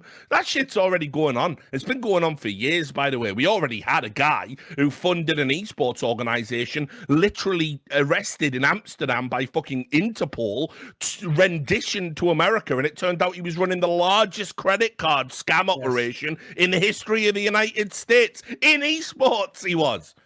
So yeah, you don't know about that, kids, do you? Because it's just, you just wake up and it's, what's happening today? Brilliant. So anyway, it's a different ballpark when you start going into this territory. And I'll also add, sometimes you just have to walk it back, because if you don't, your career's over. It's got nothing to do with the rights or the wrongs. If you're the guy, if everyone's happy with the corruption, and you're the guy who stands up and goes, yeah, I don't really like this. You know, it's like what they say about police officers. Like, you know, when they pocket money, when they do a drug deal raid, and there's a new guy there, and you go, look, you've got to take the money. And you go, well, I don't want to be corrupt. And they go, yeah, but if you take it, then we're all dirty together, and now we can trust you. And so that's basically the esports credo. So he did say that, and then came out and did another tweet, which, hang on, I've got to get this from my likes. Where was it? And he then went on VK and said, oh, and hang on, I'll give you this as well, Sam. Well, what I like about this is they took someone's VK comment and then put a graphic on it, like it was one of your fucking boomer relatives, like inspirational Facebook posts. A lot of funny information about these guys appears. So far, the information is being collected and agreed upon to reveal all the interesting points, including those related to the recently mentioned notorious team in the RMR. You must understand this is not just some kind of inside info. It also has serious consequences. If some players want to save their careers, then it's better to write back to me before it's too late. I can say that soon as many as 2 good teams will arrive in Valorant. And obviously Valorant is, you know, the scoundrel's refuge, isn't it? It's like Ronnie Biggs in Brazil. Google that, Zoomers. Now, you say that, and you also say you should get in touch with me, right? I'm thinking this guy's got his shit together. Yeah, sounds like he's made. By the way, that last part, if you're a fan, almost is implying like he's got like the evidence that can send you down. Hence why you have to contact him. Yeah, it's sort of implied. Yeah. So this then became discussed by Villat, who said apparently an abscess. they're so poetic. Apparently, an abscess opens up in the Counterstrike scene today or tomorrow, which could send someone to jail. The scheme is terribly simple. Admins of a tournament or tournaments of different levels, from tier 3 to tier 1, for a certain amount of money, stream the game stream from the server on which they are being set as admins. They stream it all to a closed stream for one of the teams. This works both in Dota and CS. The map hack, radar hack will help you win without any problems unless you have crooked hands. In fact, this is a whole organized criminal group. Admins, binders, managers, players, non-existent bookmakers, and so on. It is really difficult to prove something since you need someone's confessions or a camera behind the backs of the admin and the players. Womp womp. Because even during a conversation on TeamSpeak, you can't spot if something is shady. Each player knows where the opponent is and sees it throughout the game. Sounds like an ideal crime. But when they catch one and promise him not a life ban and punishment and not to prosecute, I immediately agree in his place and would turn over everyone who was involved in this. So basically, they're at where I've been at many times with the match fixing stuff, you know? And that is that this has been going on.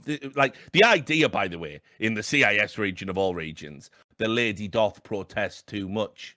Yeah? Don't pretend for a second that you fucking didn't know that this was not only something that went on in your region, but actually a regular occurrence with all the bullshit cups that you run out there. And also, I cannot believe for a second runs off gambling money. It's Yeah, all off gambling money. I cannot believe for a fucking second either you've just discovered this method of being on radar. This has been around for fucking years. So you either just don't know CS if you don't know that, or you're lying. It's one of the two. So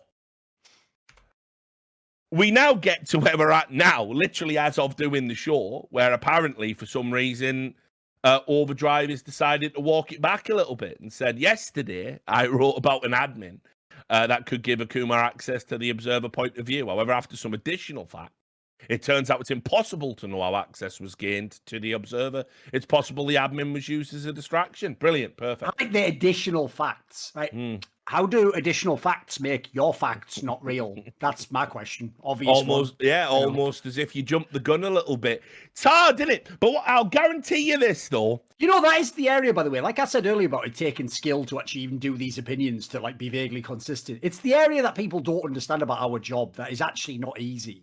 You can't just roll up in this area and go, I'm interested in games, I like writing, so I'm just going to be a journalist, because you don't know anything about the ethics and professional standards of being a journalist. You actually need to know all that stuff, and you have to have all your shit squared away, because as Richard points out, when it comes to your work and you reporting on other people, by the way, first of all, what sort of mad standard of like ethical behavior would it be that you will just play God with other people's careers without knowing the facts? That's outrageous. So as a result, it's why even on this show, when I joke about Flusher cheating, which I do think he did, I never say for a fact he cheated.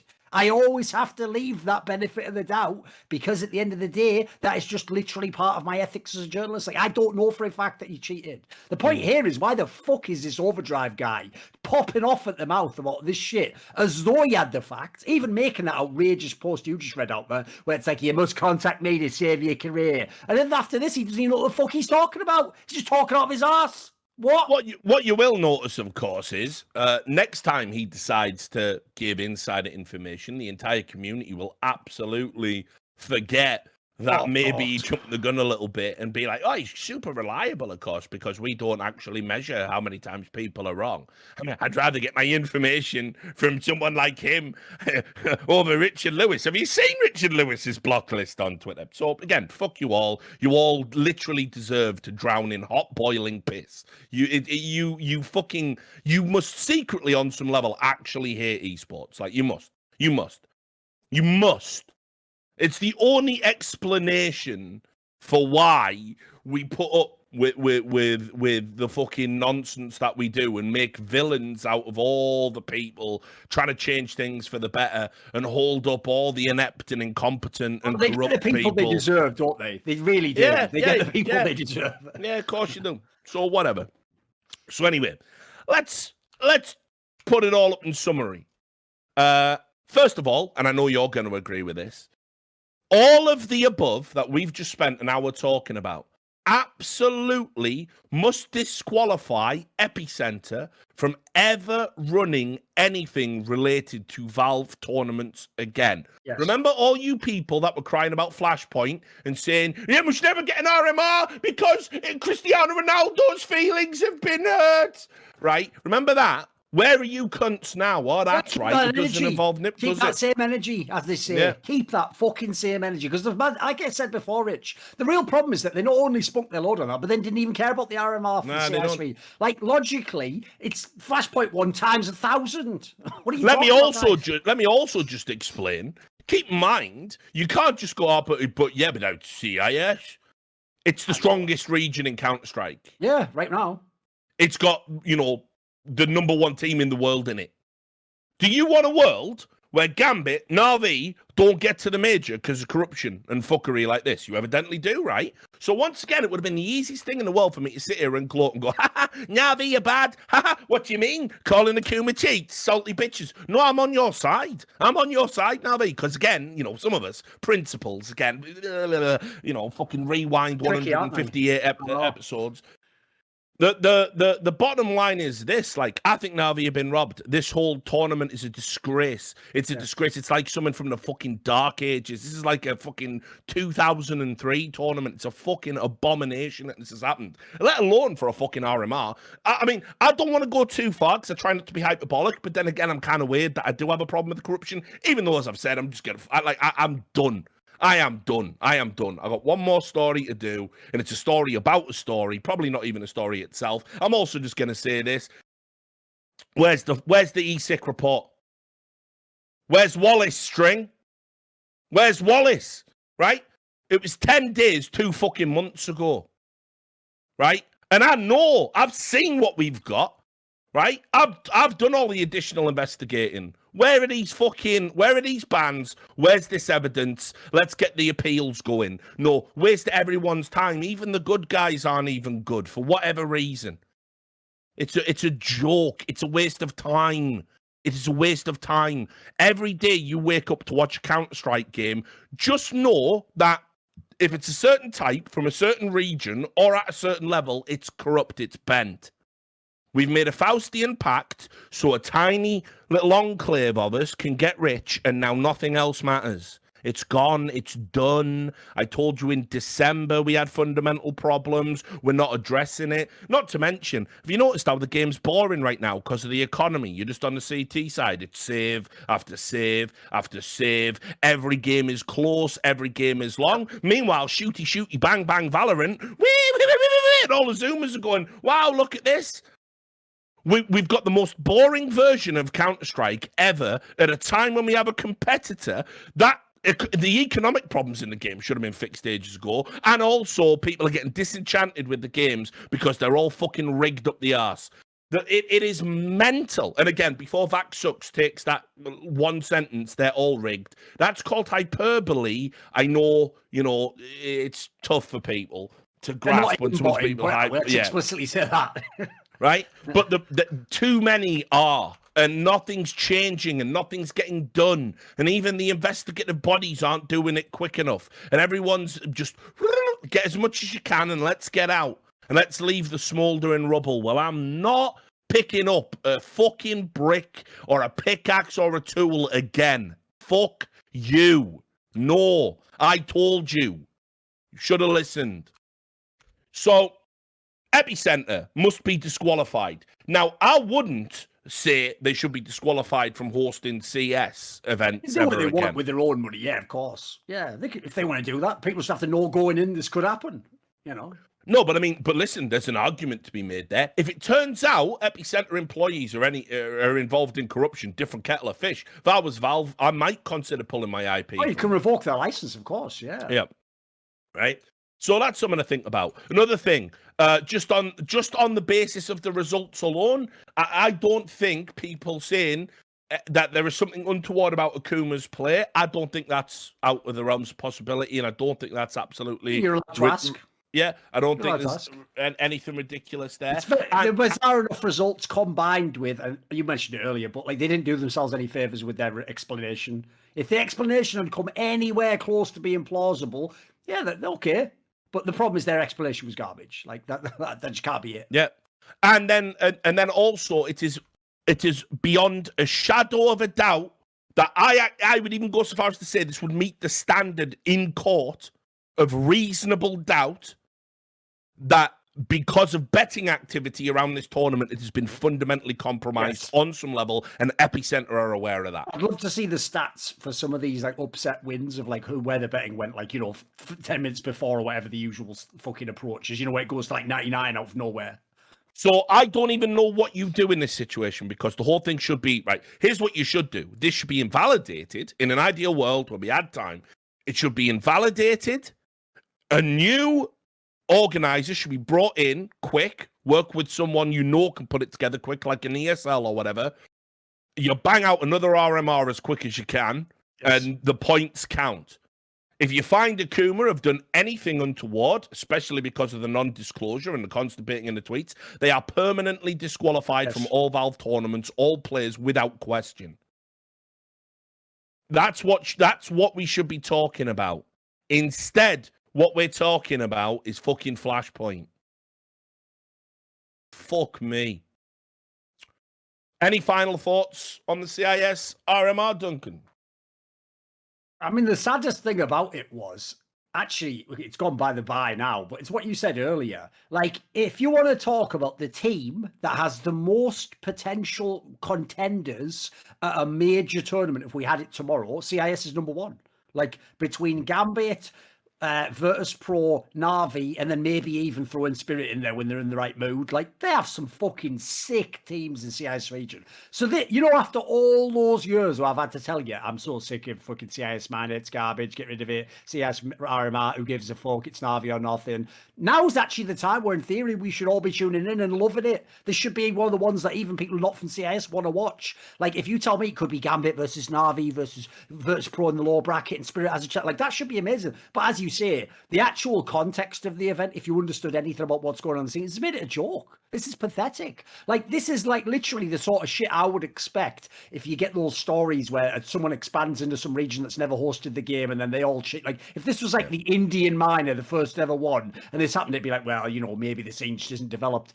This is supposed to be the peak of the CIS region, and this has happened. Like, this is such a bad indictment. And that's why, actually, I have to say, at least I'll give props to people like, I know they're just doing it because they lost, but people like some of the Na'Vi people who made comments about it. At least you actually fucking called it like it was for once.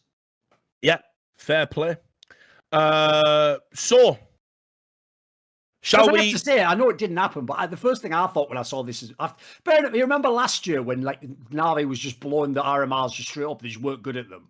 I remember thinking even then, this is going to suck so much. So Simple's going to be like the best player, then the major's going to happen. He's not even going to be there. It's the same thing again. Like, if they lose, let it be legit, for fuck's sake. If they lose, fine, then we can all laugh at them. We can talk about Blade fucking up and Simple did a bad job. Like, who the fuck wants to see a world where we have the world championship and teams out there because of fucking the absolute monkey business going on in this fucking minor? Yeah. I mean, put it this way as well. It wasn't even that. It was a great and stellar broadcast. No. I don't know if you caught that. There was one part with the broadcast. I think it was like 18 rounds with just no game footage.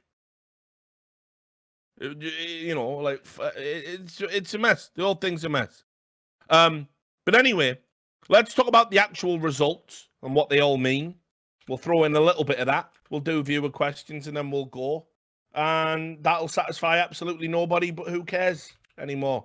So, yeah, let's talk about the Flashpoint one, the EU one. This is the one that has probably the most interesting stories. Sure.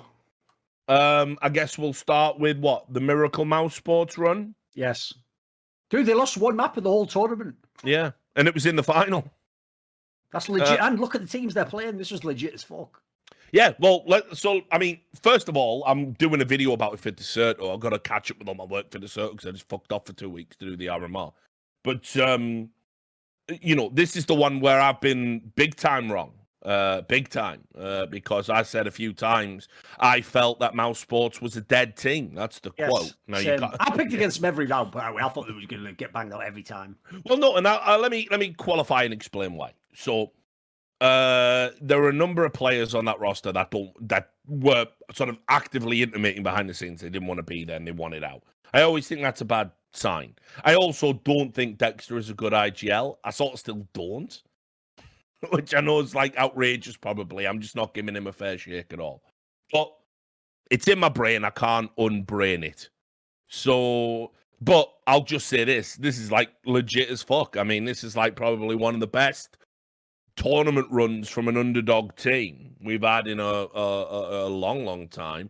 And, to go through and all the problems that they overcame. I mean, remember, to even be in the RMR, they had that ridiculous period of time where they played like 40 maps in like 4 or 5 days or something. You could argue burnout. You could make any excuse. But no, the results that they got while they were here as well were just unbelievable. Like, anybody that got put in front of them, they knocked them down. And, you got to say, Rops is probably back to career best form. He was just one of the fucking absolute stars of the whole RMR. Frozen was brilliant. A monster, yeah. Yeah, I mean, at best he's looked since Carrigan left. Yes. And so, yeah, I mean, it's like, it's really hard to sort of like downplay just how amazing this run was, and what a surprise, and honestly, what a welcome surprise it is. You know, it kind of makes you wonder where this Mousesports was, but I suppose there was some truth to it in the sense that apparently Dexter was trying to implement a new system and he was trying to get everyone on board with it, and some people didn't want to do it at first, but now they did, and now everyone's pulling in the same direction, and suddenly, what a difference winning makes, by the way. If you want to leave a team and go play somewhere else, and then you start winning and qualifying for all the big tournaments, while maybe some of those other teams you were thinking about joining aren't doing that. Now suddenly everyone's got a real feel-good vibe in the team, and who knows what they go on and do next, right? Yeah, the only thing is, though, I do think that some of this, like, I won't say that it was like a fluke, because look at how many matches they won to. You almost can't fluke that many games. But I will say, like, the numbers from these players, like, almost their entire team was fragging. Like, they were far and away like the highest rated team in the tournament. Like, I think their whole team had like a 1.2 rating, like, averaged over 5 of them. So that's mental. So, like, I don't know that I believe they can frag like this. Like, this was unbelievable. Like, but that's one of the reasons why they were so good. Like, it wasn't just Rops hard carrying, which everyone was trying to build this Mousesports, like in line with what you said, where because they don't on paper have a real IGL. Dexter himself only did that role, I think, for like a year or something in Renegades. The vibe on this one, everyone thought is it's Rops Sports, isn't it? It's like when Nico was in Mousesports, everyone's waiting for him to leave. Same thing, everyone's waiting for Rops to finally get bought out or his contract to end. I think it's next year or something, and then he goes to another team. But I think you look at this one, like, yeah, he had plenty of help in this tournament. Frozen was like, I mean, I think he won HLTV's MVP. It was between them two who the MVP of the tournament was. By the way, spoiler, as soon as it's 2 players on your team competing for the MVP, you probably got a fucking pretty sick team at that tournament. Then you had people like BMAS, Acor, Dexter, just having maps where they also just frag out. Like, the raw ability on this. The funny thing about this team was this. Everyone obviously is looking for Ops to go to FaZe Clan because he would reunite with Carrigan. But this team is like, they're back to the old. You remember when Mousesports used to be called the poor man's FaZe Clan? Yeah. That's what this one is again. Look at all the fraggers. Like, they're doing it, guys. You'd have to say FaZe Clan's the poor man. At this point, yeah. Yeah, it was. They're the rich man's mouse, but not in a good way. Yeah. Yeah. But yeah, I mean, like, just a fantastic performance throughout and a welcome surprise, right? You know, I mean, at a time when FaZe went out rock bottom, where OG went out rock bottom, Complexity struggled.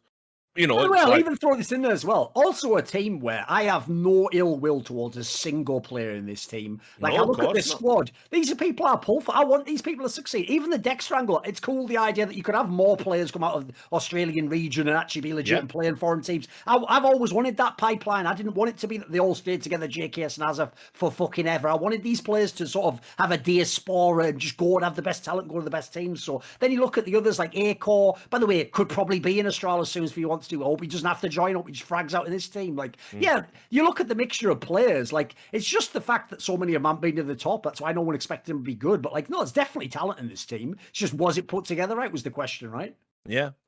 So, you know, mad credit to them. Obviously, we'll have to touch on NIP. It kind of felt like it was going to be destined. I'll also just add, I'm fucking, you know, super happy that they did lose the final. I am as well. Yeah. Just for that one reason, because as you say, like, here's the thing.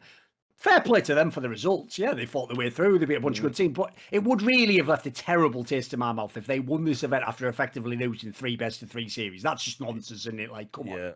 Yeah, well, and look, listen, this is the one area where I did get it right. You know, I did say on episodes gone by that I felt the addition of Device was like just a significant enough level of improvement that they would go to Flashpoint 3 and catch people out, you know. So I was wrong about Mousesports, right about NIP. But I'll add, I mean, listen, I think with like Device and Rez, I think you got a fucking pair in there that you can just take to the bank. I've always rated Hampus as an IGL, you know, so that's a great core. Plopsky, it's been up and down, and as we found out today, so I'll use it to link to the news, they have benched ZTR. He's gone back to the academy team when they're going to use LNZ also from the academy team for this event that's coming up in the Intel Extreme Masters summer. Now, it's a bit of a weird one to me that they've like had that good run and benched ZTR. Seems a bit weird. because they were all saying as well the same thing that, we're gonna, he understands the game so well. He's so mature. He like helps out with our calling. You remember that? And now it's just like, yeah, he's out of the team.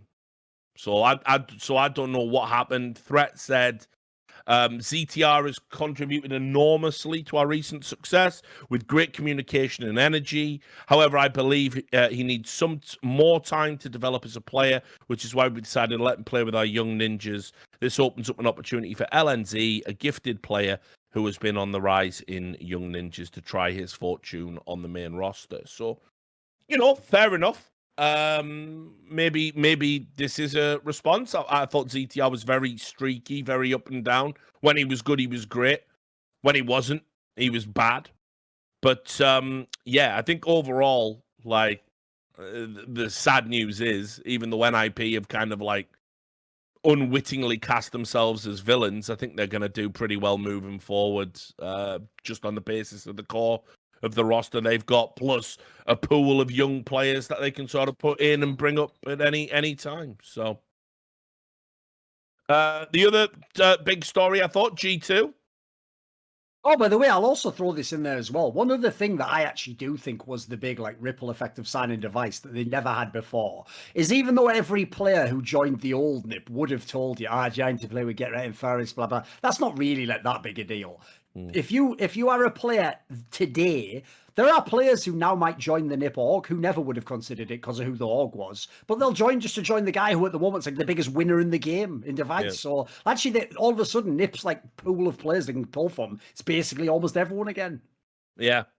So it's I mean the G2 stuff. Here's the thing. That's what I wanted to bring up, right? Because here's the problem. I know we've banged on G2 for the issues they've had, but I have to say, mate, bearing in mind, I never would have picked NIP and Mouse to be the two teams in the final here, mate. When G2 was in that upper final, I thought, mate, you have to win this event, like, because they've been on the cusp so many of the recent events. Like, they normally only lose to the absolute best teams in the world. So it's like, for me, I think they're the team that actually like blew this tournament. Like, when it got late in the tournament, I was like, this has to be your win, because they haven't won shit aside from this, so this has to be the one, surely now.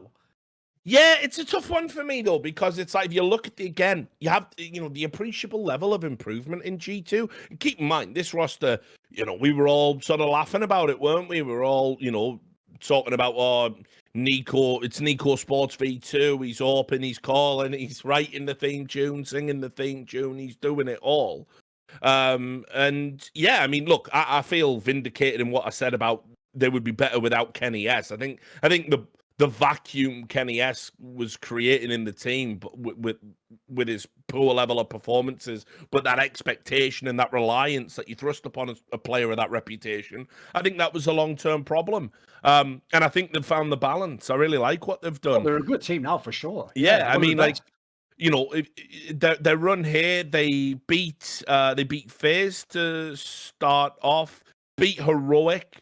The Heroic wins unbelievably legit within the context of what's going on. Now, obviously, again, a little bit of a caveat, because I know two of the players on Heroic were recovering from COVID, but by all accounts, it was the mild version, and it wasn't an issue. And so that's a legit win. It was a great best of three. They beat NIP, who were obviously in the finals as well. So mad respect to G2. And by the way, what a world where Device has made such a cunt of himself publicly. People were cheering for Nico and G2 over NIP. I mean, the reputational hit they've took for this. Yeah, I mean, like, you have to understand that it's not worth it. Then, of course, they have a rematch, not because of that, but it was because G2 lost to Mousesports. And yeah, they lost the all-important rematch, or they would have been in the final. But that, I'm not telling you the full story there. That Dust 2... 16-14 they had. Banger, yeah, that was a banger. That was a banger. It's about as good as Dust 2 gets.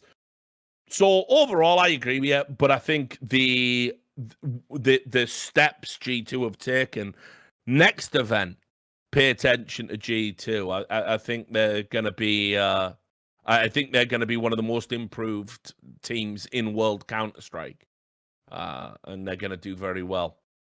Let's talk about I mean, we've talked about the CIS. Do you want to talk about the results, all things considered? I could just throw out a little thing about Team Liquid for the NA. I don't know if you watched any of the NA. I saw almost none of the NA one. I saw part of the final, but that was it. I mean, it was on, like, obviously, like, super late for, like, European people and stuff. It was great, mate. It was a really good event, lots of fun. And Team Liquid... what's the problem? No, I mean, listen, some weird shit went on, because it's like... I wonder if it's linked to what went on with Moses, because, like, I've always said to my mates, like, when, like, my actual friends in the scene, like, I don't want your dirty laundry, because, you know, what I do, I don't want to go on a podcast and be talking about stuff that, like, obviously came from you. So just don't tell me. Yes. So I still don't know what the issue was there. Okay. I've just said to him, like, you know, whatever, like you might have got done dirty, but also you probably did, like, kind of underachieve a little bit with the roster you had. And, like, Jason's not like some fucking narcissist. He knows that, probably could have done a little bit better, and he's having a period of reflection about what he's going to do next, you know. But anyway, they had a great run. They beat Furia, you know, twice. They beat him in the upper bracket final, set up the rematch for the grand final. It was best of 5. Like, this is the best Liquid have looked in a while, and you can talk about caliber of opposition.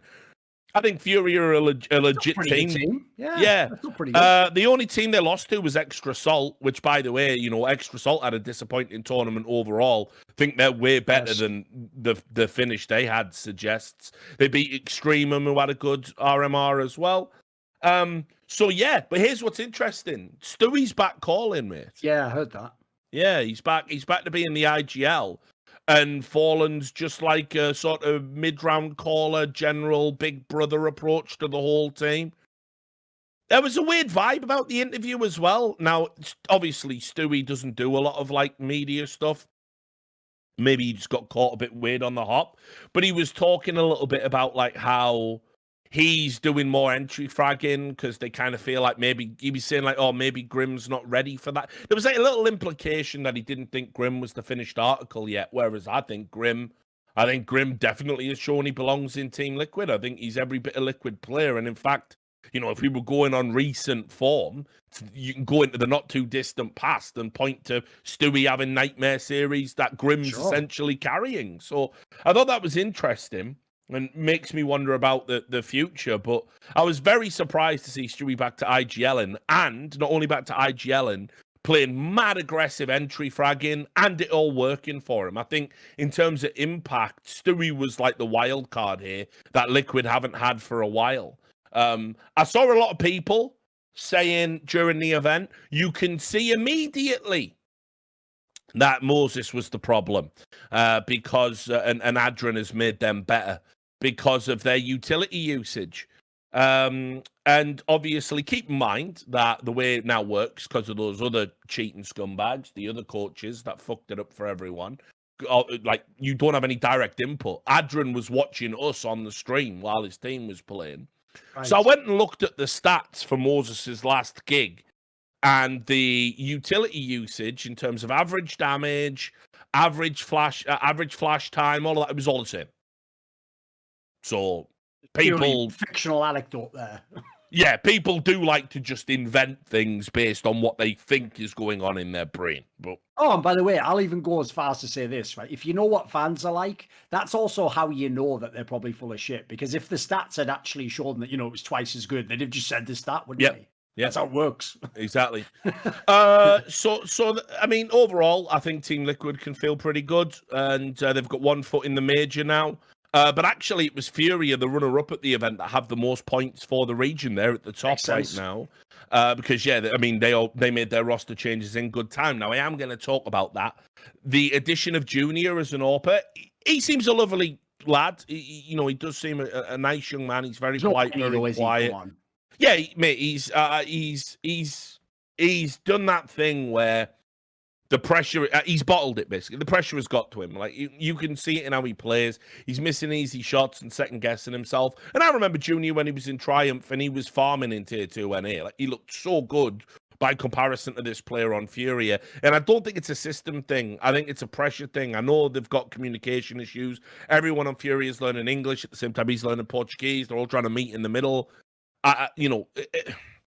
At the end of the day, he's had 5 months now. 5 months is an eternity also, in Counterstrike. Like, dude, like at the end of the day, you hit the shot or you don't. It's not the guy saying something in Portuguese instead of English that makes you miss the shot. Is it? Like, listen, I know it's not as simple as that in terms of comfort, but you are doing the job where it's like if you're like it's like if you're in baseball and I don't even know the fucking rules, but the guy just hits the ball. You have to hit the ball at the end of the day, don't you? That is the number one requirement of your job. You must hit the ball. What is even that called, batter? I don't fucking know. Yeah. And look, breaking news, just as we're going on, because this is going to be great. Because I remember saying, right, that due to a variety of things behind the scenes, like EG were thinking about, maybe, they'd given a lot of internal... going over to another game, maybe? No, but this is a bad sign.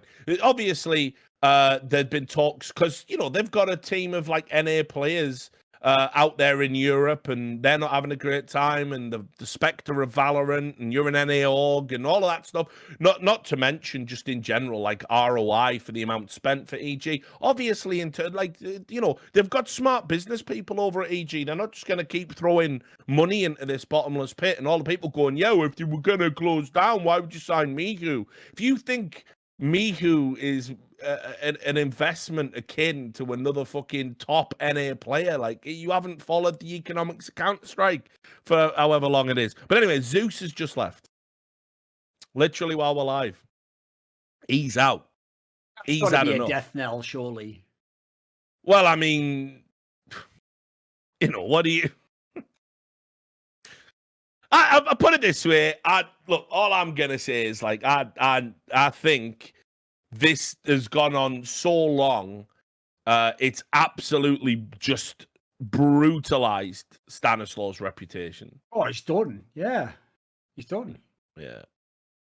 And... because I'm thinking how long he's been in the team now. Like, yeah, he's been in the team like a year and a half now. So, I know. And I have to say, to me, Zeus was one of the best parts of their team. So if he's leaving, which I already had a vibe, I don't think he's fucking with it the way it's been going recently anyway. And like I alluded to there, that's not just a joke. I expect a couple of these players will be in Valorant in a few months. Like, I think it just slowly fall apart, piece by piece. Yeah. And, they've got some good players on that roster. You feel for Orbo, you feel for Breezy, right? I like Cirque, by the way, as well. I just think... there's just such a fucked up air of despondency around that team. And again, a fish rots from the head down. Yes. They need to break this team up. Most of these players could probably still play again in a different squad and revitalize themselves, Definitely. I think Cirque suffered immensely. If Cirque goes and plays in an EU team, put it this way as well, like, if he could get back to even, like, 70% of the player he was when this team was popping off, that'd be great. Yeah, I'll tell you a team right now that should consider him. You need an AWPer, G2. That's the one thing you need. So if you're thinking about it, there's plenty of... if you think about it, right, the number one role in the game right now is primary AWPer. So there's a bunch of EU teams. This might be the last player they need to get over. And also, there's a ton of AWPers right now. But this is just something I want to say as well, just on air. Like, I don't know if you saw Smoothie's stats in, like, there was a Movistar. It must be insane though. There was a Movistar Riders game where he just, like, hard carried and still lost.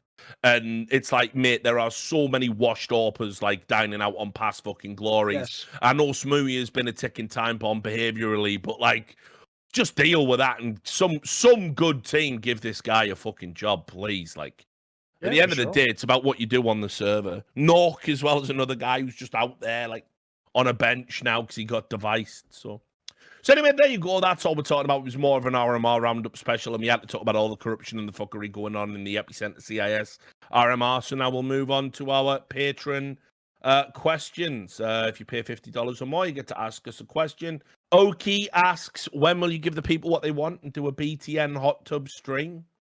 I mean, if we could get one of them giant ones, and we did it for like a Christmas special, and we got like, me, you, Anders, Henry, Moses, all the gang sat there having cocktails brought to us. We did it from like some 5-star luxury hotel. Yeah, I'd be down to do that. Wouldn't give a fuck.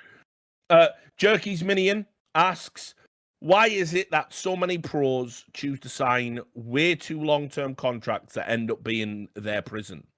Well, the obvious answer. I've changed my mind a little bit on this lately, in the sense that the scene is so irreparably fucked. I say power to you. I'd sign a 5-year contract now if I could. Because Like, you mean in the sense that it might not be alive in 2 years, so they might have to keep paying you something. Right, I see what you mean. Okay. Yeah.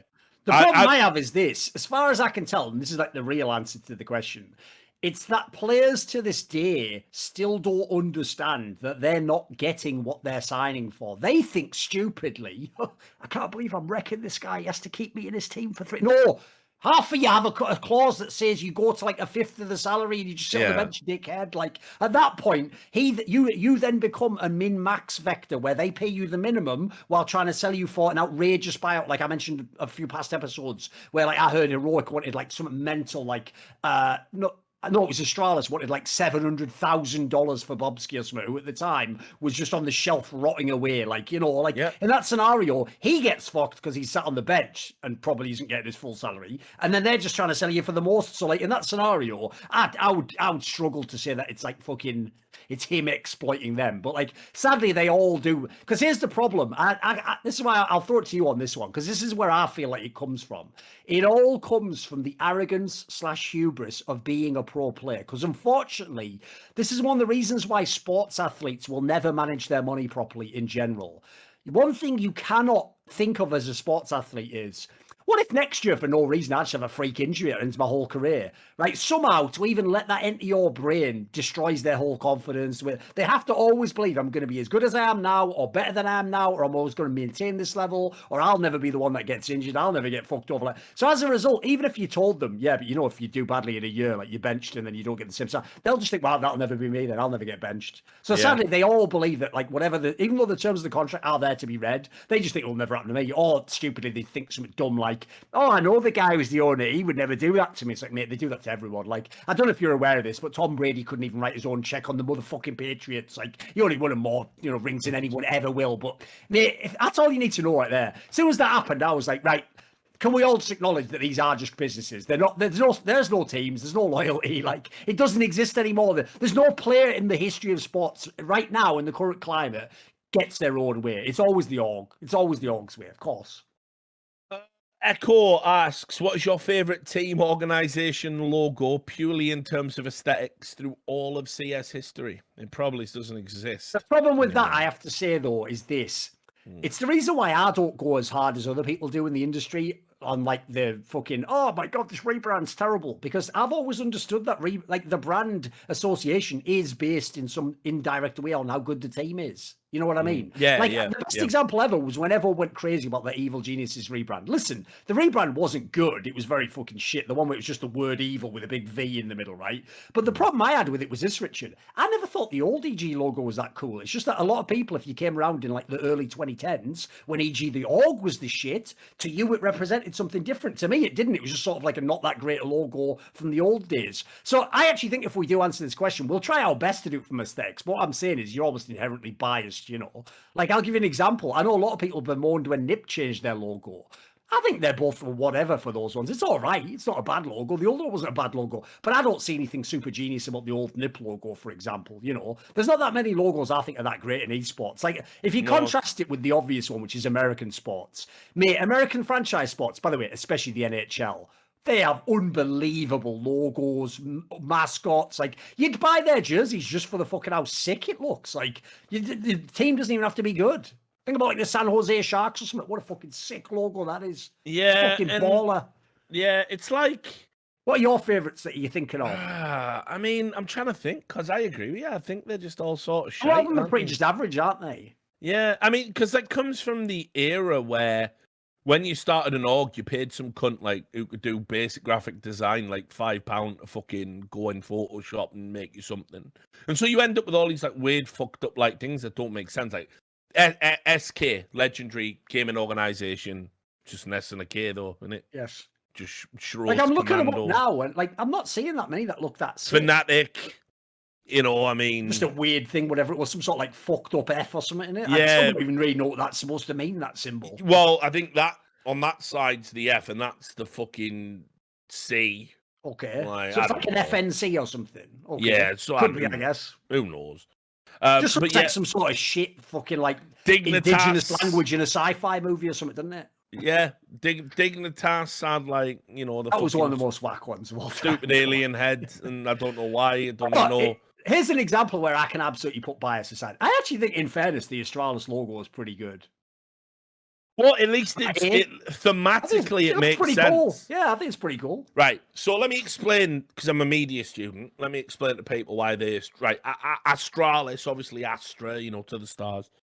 And it's a star, but also like a rocket, like a pointy upper rocket. So thematically, it makes sense. I don't mind G2s because it's like a samurai helmet, but I don't know what that's got the to do G2 part's a bit scoffed on that. Like, is that really his face? Is it? It's not just the letter G and then the number 2. Like, yeah. But I don't mind it. But I mean, like, I'll give you an example actually of where I think people do fuck up rebrands. I think the rebrand of Virtus Pro is just average as fuck. The old Virtus Pro logo with the bear when it had the paws looked sick. You know the one where, like, again, it was almost like I'm saying, like, with the sharks. It was just like a fucking sick bear, like that looked baller. Yeah, they got rid of that, sadly. Yeah, and the rest of the stuff just doesn't like make sense. Like, like Furia have like a Puma, but like, okay, I mean, why? I mean, really, no. I mean, I guess their logic is they must be like fucking Jaguars or something in the Jaguar might be in the forests or something. I'm guessing that's the angle, like, from the rainforest or some shit. Still a bit of a loose connection, though, isn't it? Yeah, trying to think. I mean, like, I don't even know what Vitality's is, and they're still pretty new. And the Team Liquid horse is iconic, but only because you sort of know the history of it. It is just a fucking horse at the end of the day. I mean. No, I think most logos are whack, mate. Like, I'll give you an example. One of the few I actually thought was pretty decent is the Cloud9 one, because it is just a cloud made out of nines. That's probably the best, It's really clever. It's quite iconic, and there's nothing extra to figure out. Yeah, I think you've nailed it there. I think you're right. I think one of the best ones. I think. Yeah, especially because it's endured so long as well. They haven't had to change it up too much. So Rez Chi says, if you found a pair of glasses that had a hood like in video games, what 3 things would your hood display? Oh, I see what he means. Right, okay. Yeah. I'd like one that could sort of just like tell me the IQ of whoever I was looking at. Well, yours is like in Terminator when he walks into that bar and he's like, yours is just like 20 IQ, low brain, blocked already. Like, smooth brain. Yeah, whether or not I've got them blocked on Twitter, but their IQ and I don't know, fucking whatever else. I'll give you a serious but also like mildly joke answer, because obviously you can never have this. I'm not joking. One thing in life, it's just like a bit of self-awareness that I actually have that fans wouldn't understand, is I actually wish I had like a real meter that told me, like, legit, it could actually somehow detect this from my like nervous system. Literally just tells me how annoyed I am at that moment. Because I'm not joking. On the day, like, it just sounds bad, but we need that though. What I learned over the years was, if I ever woke up, this is what I use at the moment as a similar concept. If I ever wake up and I've had like terrible sleep, like as in you just feel like shit when you wake up, and then what you do is when you have the first bit of caffeine and your first bit of food, it doesn't even take the edge off. Like, like when you have that as a hangover, you just think, fuck me, right? Buckle up, because if that doesn't even give me like a 1% boost, there's nothing else to come, is there? I've already had the caffeine and so in the similar scenario, when I get over a certain threshold, let's say like 75% irritated, just the chances of things that could fuck my career up go up about 1,000 magnitude percentage points or whatever. So I just wish I knew that for my own benefit sometimes, just go, because basically I want like that Snickers advert, like, watch out, Thorin, you know yourself right now. Oh yeah, my bad. Mate, so one for you would be like just something that like pre-scans a tweet, and it just shows you the timeline you will enter if you hit send. I see. So just 70% chance of being removed from. Oh, what's wild is, I've already referenced it on this show previously, so people know this. That premise of what a great premise the movie The Butterfly Effect is. Yeah. What's mad is essentially that's what my Twitter is. I just write words onto a digital medium and it just morphs my whole reality and changes. Like, it literally changes years down the line. People I can now meet, some of them have blocked me on Twitter or have just decided I'm like a Trump supporter. It's like, it's actually, every tweet I'm doing is having these insane ripple effects over history, where I'll have scenarios now, Richard, where like I'll be talking to someone I've known for years in esports, esports, and I'll just click and they'll say something like, "Oh, and happy birthday to my significant other." I'll click their account and I'm just like blocked already because it's like someone who just for political reasons just hates me. I've never met them or talked to them. I'm like, sound. So now if I ever meet this other guy that I do know, I have to carefully navigate around that fact that if he ever brings up, it's gonna give me a break. Just for tweets. For tweets. I know. It's so shit. It's so shit, isn't it? Tweets. I'm not even tweeting like fucking hard shit. That's the worst part of it all, isn't it? It's like getting thrown out of a bar for not even having a fight, just looking at someone like, and someone go, "Get out of this fucking place." So I don't even get anything for it. I can't just beat someone up and then get thrown out. What's this? I don't even get the satisfaction of it. Sam, go on. I reckon you've been sleeping what have this you whole got? episode. Live health updates I go for, mate. No, like a status pretty bar whenever anything's shutting down, like organ failing, needs immediate assistance, like full Neuralink style. I don't know what else. How often do you think your organs are failing for that? Well, it'd be nice to know, like, just be nice to know. Also, what I don't understand about that is, right, surely of all the things, your own body already has a system called pain that basically tells you when all Yeah, but not everything's painful, mate. You're apparently just going like, yo, man, what is that? Organ failing. Kidney shutting and he's down. just going, nah, that's just a fucking Yeah, the idea of the I'll HUD, pass. it I'll kicks pass. in before I notice, you know what I mean? It's a pre-warner, you know, as soon as it gets bad, it's like, go to hospital, you have 3 minutes left. Heart palping. Yeah, that's a pretty good one. I'll take that. Right, I'm keeping you in, Sam, now that you're up. You barely talked this episode. I know many people might think that is not how it is, but you are the favourite. Everyone loves you, Sam, and wants you to basically be the podcast. So we'll get you in. If you had to cosplay, this is from RMR. If you had to cosplay anyone or anything, who or what would you choose? Yeah, what would you choose for that, Sam? What would you want to cosplay? There you go. Because The fact he hasn't they said made it what like anime or some shit. You can has pick made anything, it strange. can't you? What would... Now I'm thinking, like, I could be a building or something, mate. What could I... No, he said what? That's opened up a whole new dimension. What kind of, like, I'd be Howl's moving castle, mate. What, the castle? Yeah, I'd cosplay as the castle. And I just, like, move around the convention slowly throughout the days. Like, that fucking house moving. Like, and it'd be a massive house. You wouldn't know I'm in there, but secretly it's on wheels and I'm just sliding. I would cosplay probably as whoever's voted the sexiest Overwatch character just to ruin it. You as, like, Widowmaker or something double cheeked up. Just like in a skin tight suit, just rippling, like, nerf this, like slapping my ass or whatever. Like, try masturbating now, you sick fucks, like with that in your head. Like, I just ruined it for you. Like. It's almost as bad as that one. I saw you saw it as well, where like that fucking guy, you know, everyone did that thing for like 2 weeks where they kept taking still images and they could make it like be animated. Yeah, you know that one where he took that one of you and it's you singing like, "Don't you wish you'd go for like." It's so whack, but it's like just bad enough that it's funny though. It's but that got fucking outrageous because somebody, you remember our old friend Goatsy? Okay. Right, someone took the famous Goatsy picture, and because he's got a stretch on, it looked like the AI read it as a mouth. Oh, yeah, and God. then so someone just sent me, and it's Goatsy's arsehole going, #1 victory royale. And, That's not something I want to see. Well, I know. It's been fun, guys. I wouldn't see that. Yeah, his arsehole just singing that. Oh, mate, it was just all the redness. Oh, it was bad. It was a rough one. What about you then? Go on, what's your cosplay? Ooh, what would I pick for this cosplay? I don't really know. I don't know if I have a good one for that. Who would I like to be? I'll just pick something I could do. I would just be like John Constantine or something. You just have to have a cool fucking, like, all weather coat or whatever, don't you? Mate, you're like them cunts who every Halloween or every fancy dress party go as the Blues Brothers just so they can look cool in a suit. I go for shit that's minimum effort, but vaguely, looks like. Well, technically, I am to look a bit like him, don't I? Yeah. You do actually. Yeah, you do. The comic version. Yeah. Not the Keanu Reeves version. No, goes on. I haven't watched that new TV version of it. It might be all right. I haven't heard it's that good. Yeah, it probably won't be. Don't see how you can make that a TV show, really. No, that's the problem. Those shows like that Preacher, The Boys, is like, listen, you can only go so far even on TV, boys. They're not going to let you do any of that shit, are they? Come on. Right. Next question is from Reykjavik on Steam. Do you think your experience with Beyond the Summit would have been better if it had been held like a previous Beyond the Summit, i.e. on the couch while I've played? Well, certainly, surely.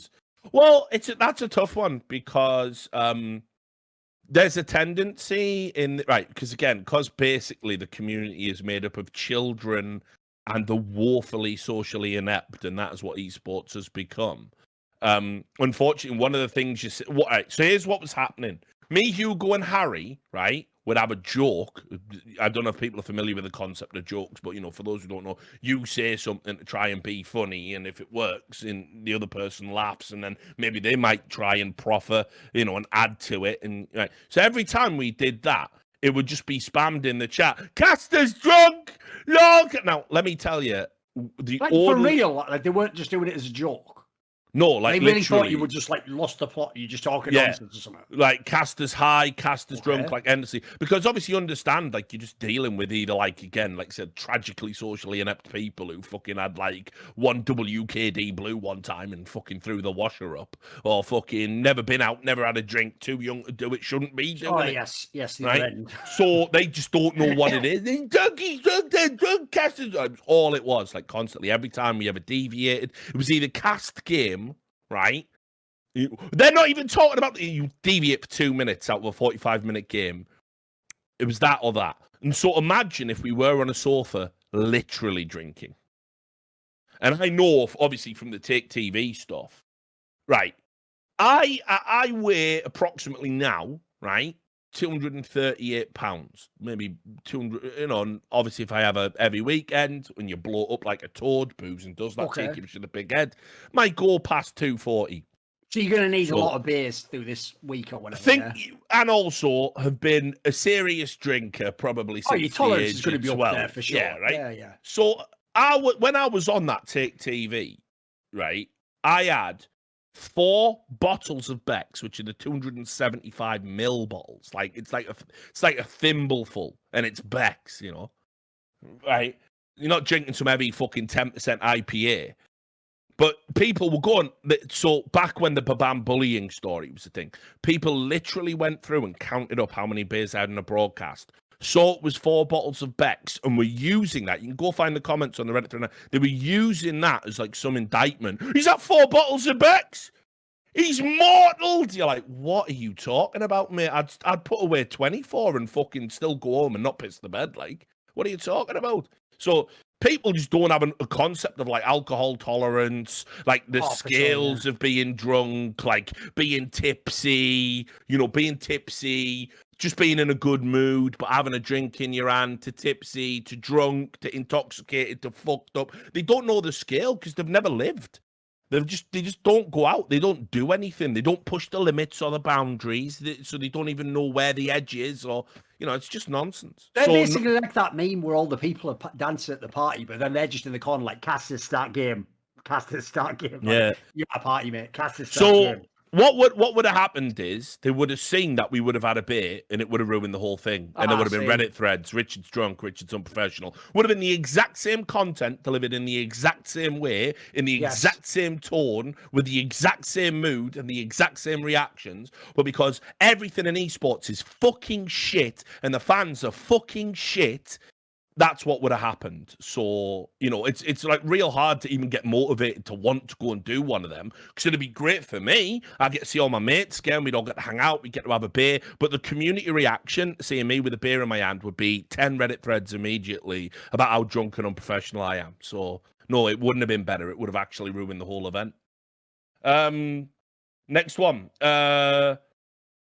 Echo says, which animal / bird being removed from existence do you think would have the biggest impact on the whole food chain and ecosystem? Hasn't it already been decided that it would actually be mosquitoes? Wasn't it bees or something? Wasn't that? Oh yeah, maybe bees. Wasn't that the one that fucks up all, because it fucks up every fruit or something I can't remember what the reasoning was. Yeah, no pollinization. Yeah. That was because that was obviously the thing that was on the internet as a fucking Einstein urban legend for the last 10 years or whatever.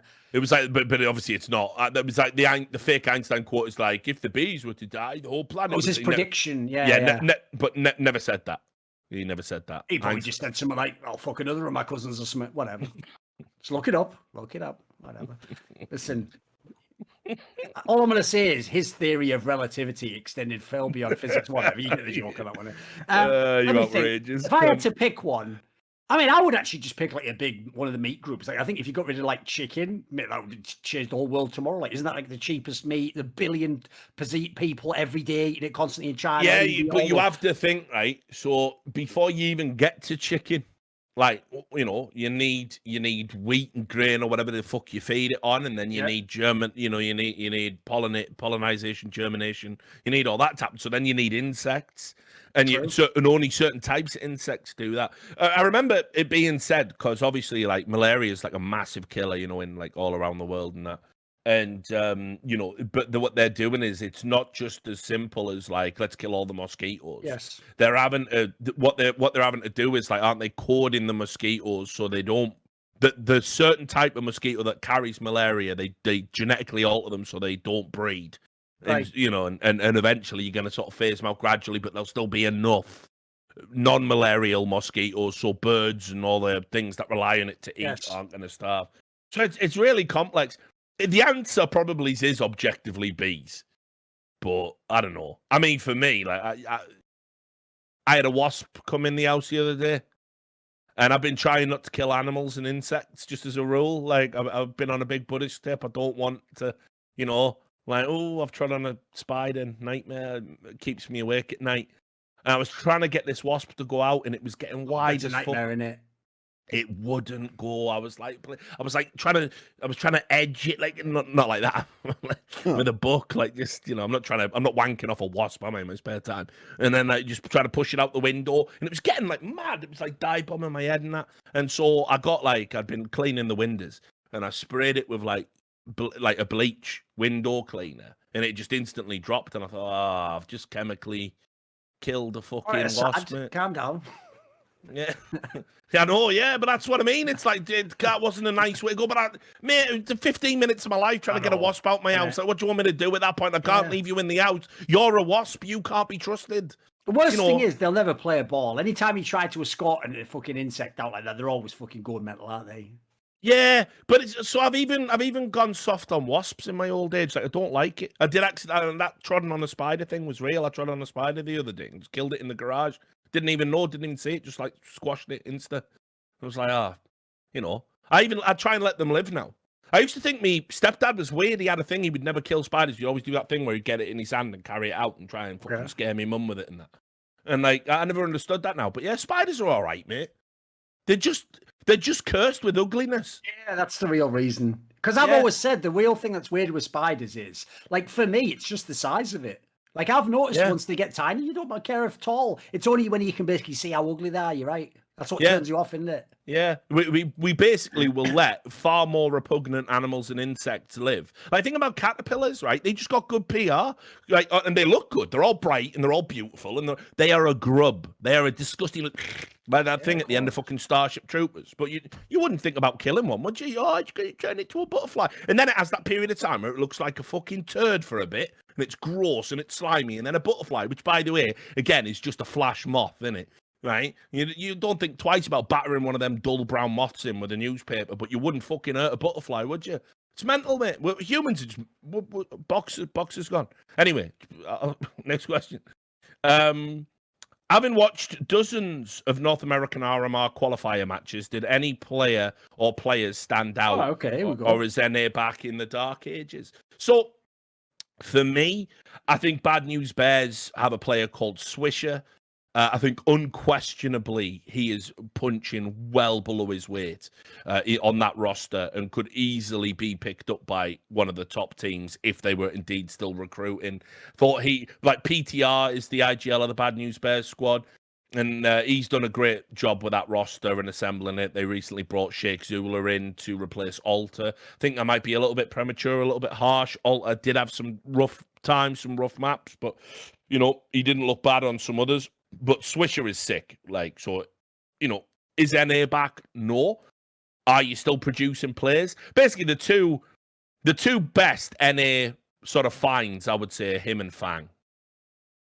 Fang that's over the at one Extra area Salt. I will say, by the way, that actually they're both absolutely sick. the problem with Extra Salt for me was that people only, this shows how little they actually care about real teams and players. They only ever brought them up as a way as a rod to beat Cloud9 with, because they had former Cloud9 players, didn't they? Yeah. If anything, Extra Salt shows you what I was telling everyone the whole time when they were Cloud9, which is like the actual core basis of the team. There's something there. Like, I think the JT guy is a good caller. They just didn't have enough actual fraggers in that team. Now, when you put together some actual fraggers, they can fucking do some stuff. Like, actually, I think even though he's low key, like someone that doesn't have a big name, that JT guy can go places. Like, I've seen him in 2 different teams now. He knows what he's doing. I think he's got a very good attitude as well. Yeah. I mean, for real. But unfortunately, it's like I say, the NA's never had a problem with talent. No. It's always had a problem with longevity. It's always had a problem with gatekeeping. Yes, big time. Yeah, it's like the talent has always been there. Think about the nation size. Of course, it's got fucking unbelievable sick players coming through. It's just a lot of them have been held back and never got the opportunities or at the wrong time. And also, look, I'll just say it, culturally, there's a lot of people in NA who are just like, if you offered the average NA prospect, you can be a top player on a top team and go and play at majors, or you can be a top streamer. There we go. Yeah. And make loads of money and have. Yeah, of course. If you haven't ever seen it, by the way, even before 2020, there was loads of things that got published where when they like interviewed young kids in America, they would all say shit like, I want to be a YouTuber. That was like the main thing they all want. So like, that's not even a meme now. Like, for real, Richard's right. If they had the choice of, I could be like a fair, basically, here's what they would say. If you said to them, you can either be simple in the game or you can be Tyler 1 as a streamer. I'm not joking. I think they'd pick Tyler 1.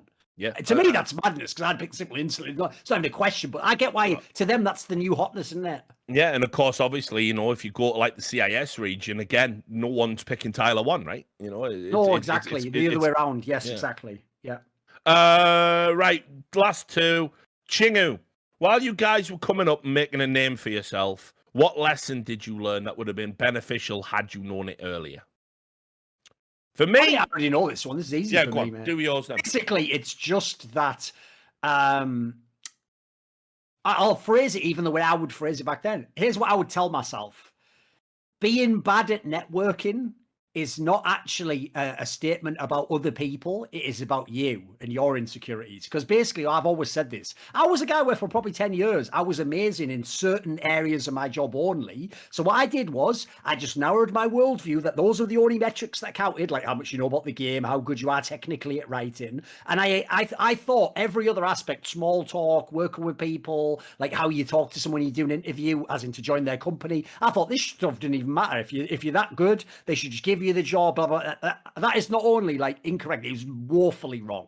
And if I'd have known from the beginning that you have to work on these skills, you have to become approachable, you have to know how to have a conversation with someone on a different level than what you want to, that would actually have been like the game change. Now, obviously I learned it through experience, but like I could have shaved like 10 years off my career projection if I'd have known that, you know.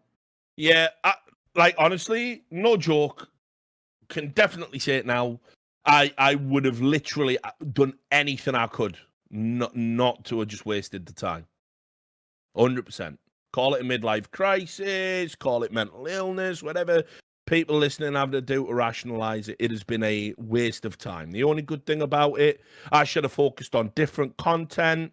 I should have, even stuff that me and Sam did with each other. If I could go back in time now and make a determined choice about what type of content to make, should I focus on doing good work in esports reporting and breaking my back doing like 6 months on one fucking story to put it out to the fucking peanut gallery that probably don't even read past the headline and then permanently judge me and my ability as a reporter? Or me and Sam could have like been streaming trash talk and maybe built that up to be like the #1 phone in on Twitch. Should have definitely done the latter. Like, I'm always going to be good with a microphone in front of me. Like, I am disgusted at myself at the peak years I've wasted on a fucking garbage scene populated by garbage people with garbage fans. I would do anything to get those years back. Oh, so, man, I almost feel naive there's myself. The advice. Like, I'm not joking. When I look back to when I joined Flashpoint, I wasn't trolling, by the way. Like, I know everyone probably thinks that's my PR reason that I joined it to save Counterstrike. That was the only reason I joined. It wasn't for the money or what the access. Now, when I look back now, by the way, I should probably have done it just cynically and just gotten as much money as I could and had, nice connections with a bunch of people in the industry and not even bothered worrying about any of this other stuff. But I have to say, there's been a lot of times where I've naively done things, thinking like this will have a big impact. It never does. It just fucking disappears, doesn't it? I was on like American TV, but it's esports. So what's the point? I went and fucking started my own company, but it's esports, so some cunt had to fucking ruin that. Every day you just it's like you carry no reputation in this business because either people have no fucking memories or it's just a revolving door, so you have to prove yourself day in, day out to the fans. And I'm just like, if I don't have any credibility, then what's the point? So yeah, I mean, like, people are all like, oh, he's attention seeking, he won't quit esports. Me and Sam are just going to concentrate on content, mate. I don't like, I am 100%. I don't even care if it fell in my lap. Go give it to someone else. Like the whole business is corrupt. It's been that way for as long as I can remember. We made slight incremental strides in a positive direction. And unfortunately, we've taken not just 2 steps back, but about 10. Oh, for sure. So, and that's where we're at right now. And unfortunately, anyone who's in a position to fight those battles, they all recognize what I should have recognized. DK recognized. Yep. Doing this for 2-3 years. No, I'm going to be an agent. I'm going to go set something up where I can help people legitimately, appreciably, without being in the public eye and make some money. To it. Yeah, exactly. Yeah. You just get to work in the same industry without the hassle. Yeah. So that is 100% the genuine, no cap, as the kids say. That's what I would do. I would beat myself up. I would beat myself up and lock myself in a dungeon and kick the shit out of myself every time I tried to escape. And no, I'm going to write a story about esports. No, you dickhead, I'm future you. Back to sleep. Because it is a fucking waste of my life, this entire farce. Carv asks, it was a highly contentious series between Nippon and Nonamo. You are right, you're there. And a lot has been said back and forth about the conduct of tournament admins and teams involved. But now that the dust has settled, who in your eyes was the MVP of the series? And why is it the person who used to write Devices tweets in Astralis? Also, yeah, pretty good. Also, shout out for the Thorin and Poland redemption arc, one of the greatest anime crossovers of all time. It is weird how I'm waiting for Na'Vi fans messaging me going, yes, Richard Akuma. I'm going to do the accent. Akuma cheated, yes. You are on our side, Bliat. Yeah, brilliant. Yeah, we're all friends today, aren't we? Yeah, the Polish fans did like you, didn't they, for a bit? Good reason. We're on the same side. Enemy are my enemy and all that jazz. Yeah, pretty good. Pretty good. Right, that's the show. That's a podcast about Counterstrike, the world's greatest game. Let's shout out the sponsors, of course. .com/RLS. Check them out. They are fantastic. The best sponsor I have ever worked with. Check out our VPN sponsor, nordvpn.com/RLS. Also, as well, shout out to the patrons that keep this show limping along. Our $100 patrons: Jerky's Minion, Will the Weed Wrangler, Benedict, Zarathenia, Cathal, Flacksmith, J-Dubs, Hannah Maru Alice, Tobias Bernasconi, Carv, Marcus Kyumpa, and our $50 patrons: Zumba, Petty Grievances, that's good, Tim Frost, Bukowski, Dancer Master, Adam Ox, Nolan, Judas, Can of Pasito, Airhammer, Norwegian Clamai, Bacon, Goody Woody, Lonnie, Fursock, Echo, Rez Chi, Miss Alcoholic, BP420, Watch Doge, Reykjavik on Steam, Carter, CMAC 1991, Benakagi, Alexi, and Sad Sawar. That was By the Numbers. There should be a Horseman episode tomorrow where we're going to go into detail about the whole Flashpoint debacle with members of Flashpoint and with a secret guest. The summoning ritual will be occurring at some point tomorrow, so keep an eye out for that. And yeah, we'll probably see you next week with another episode of By the Numbers. So until then, take care of yourself.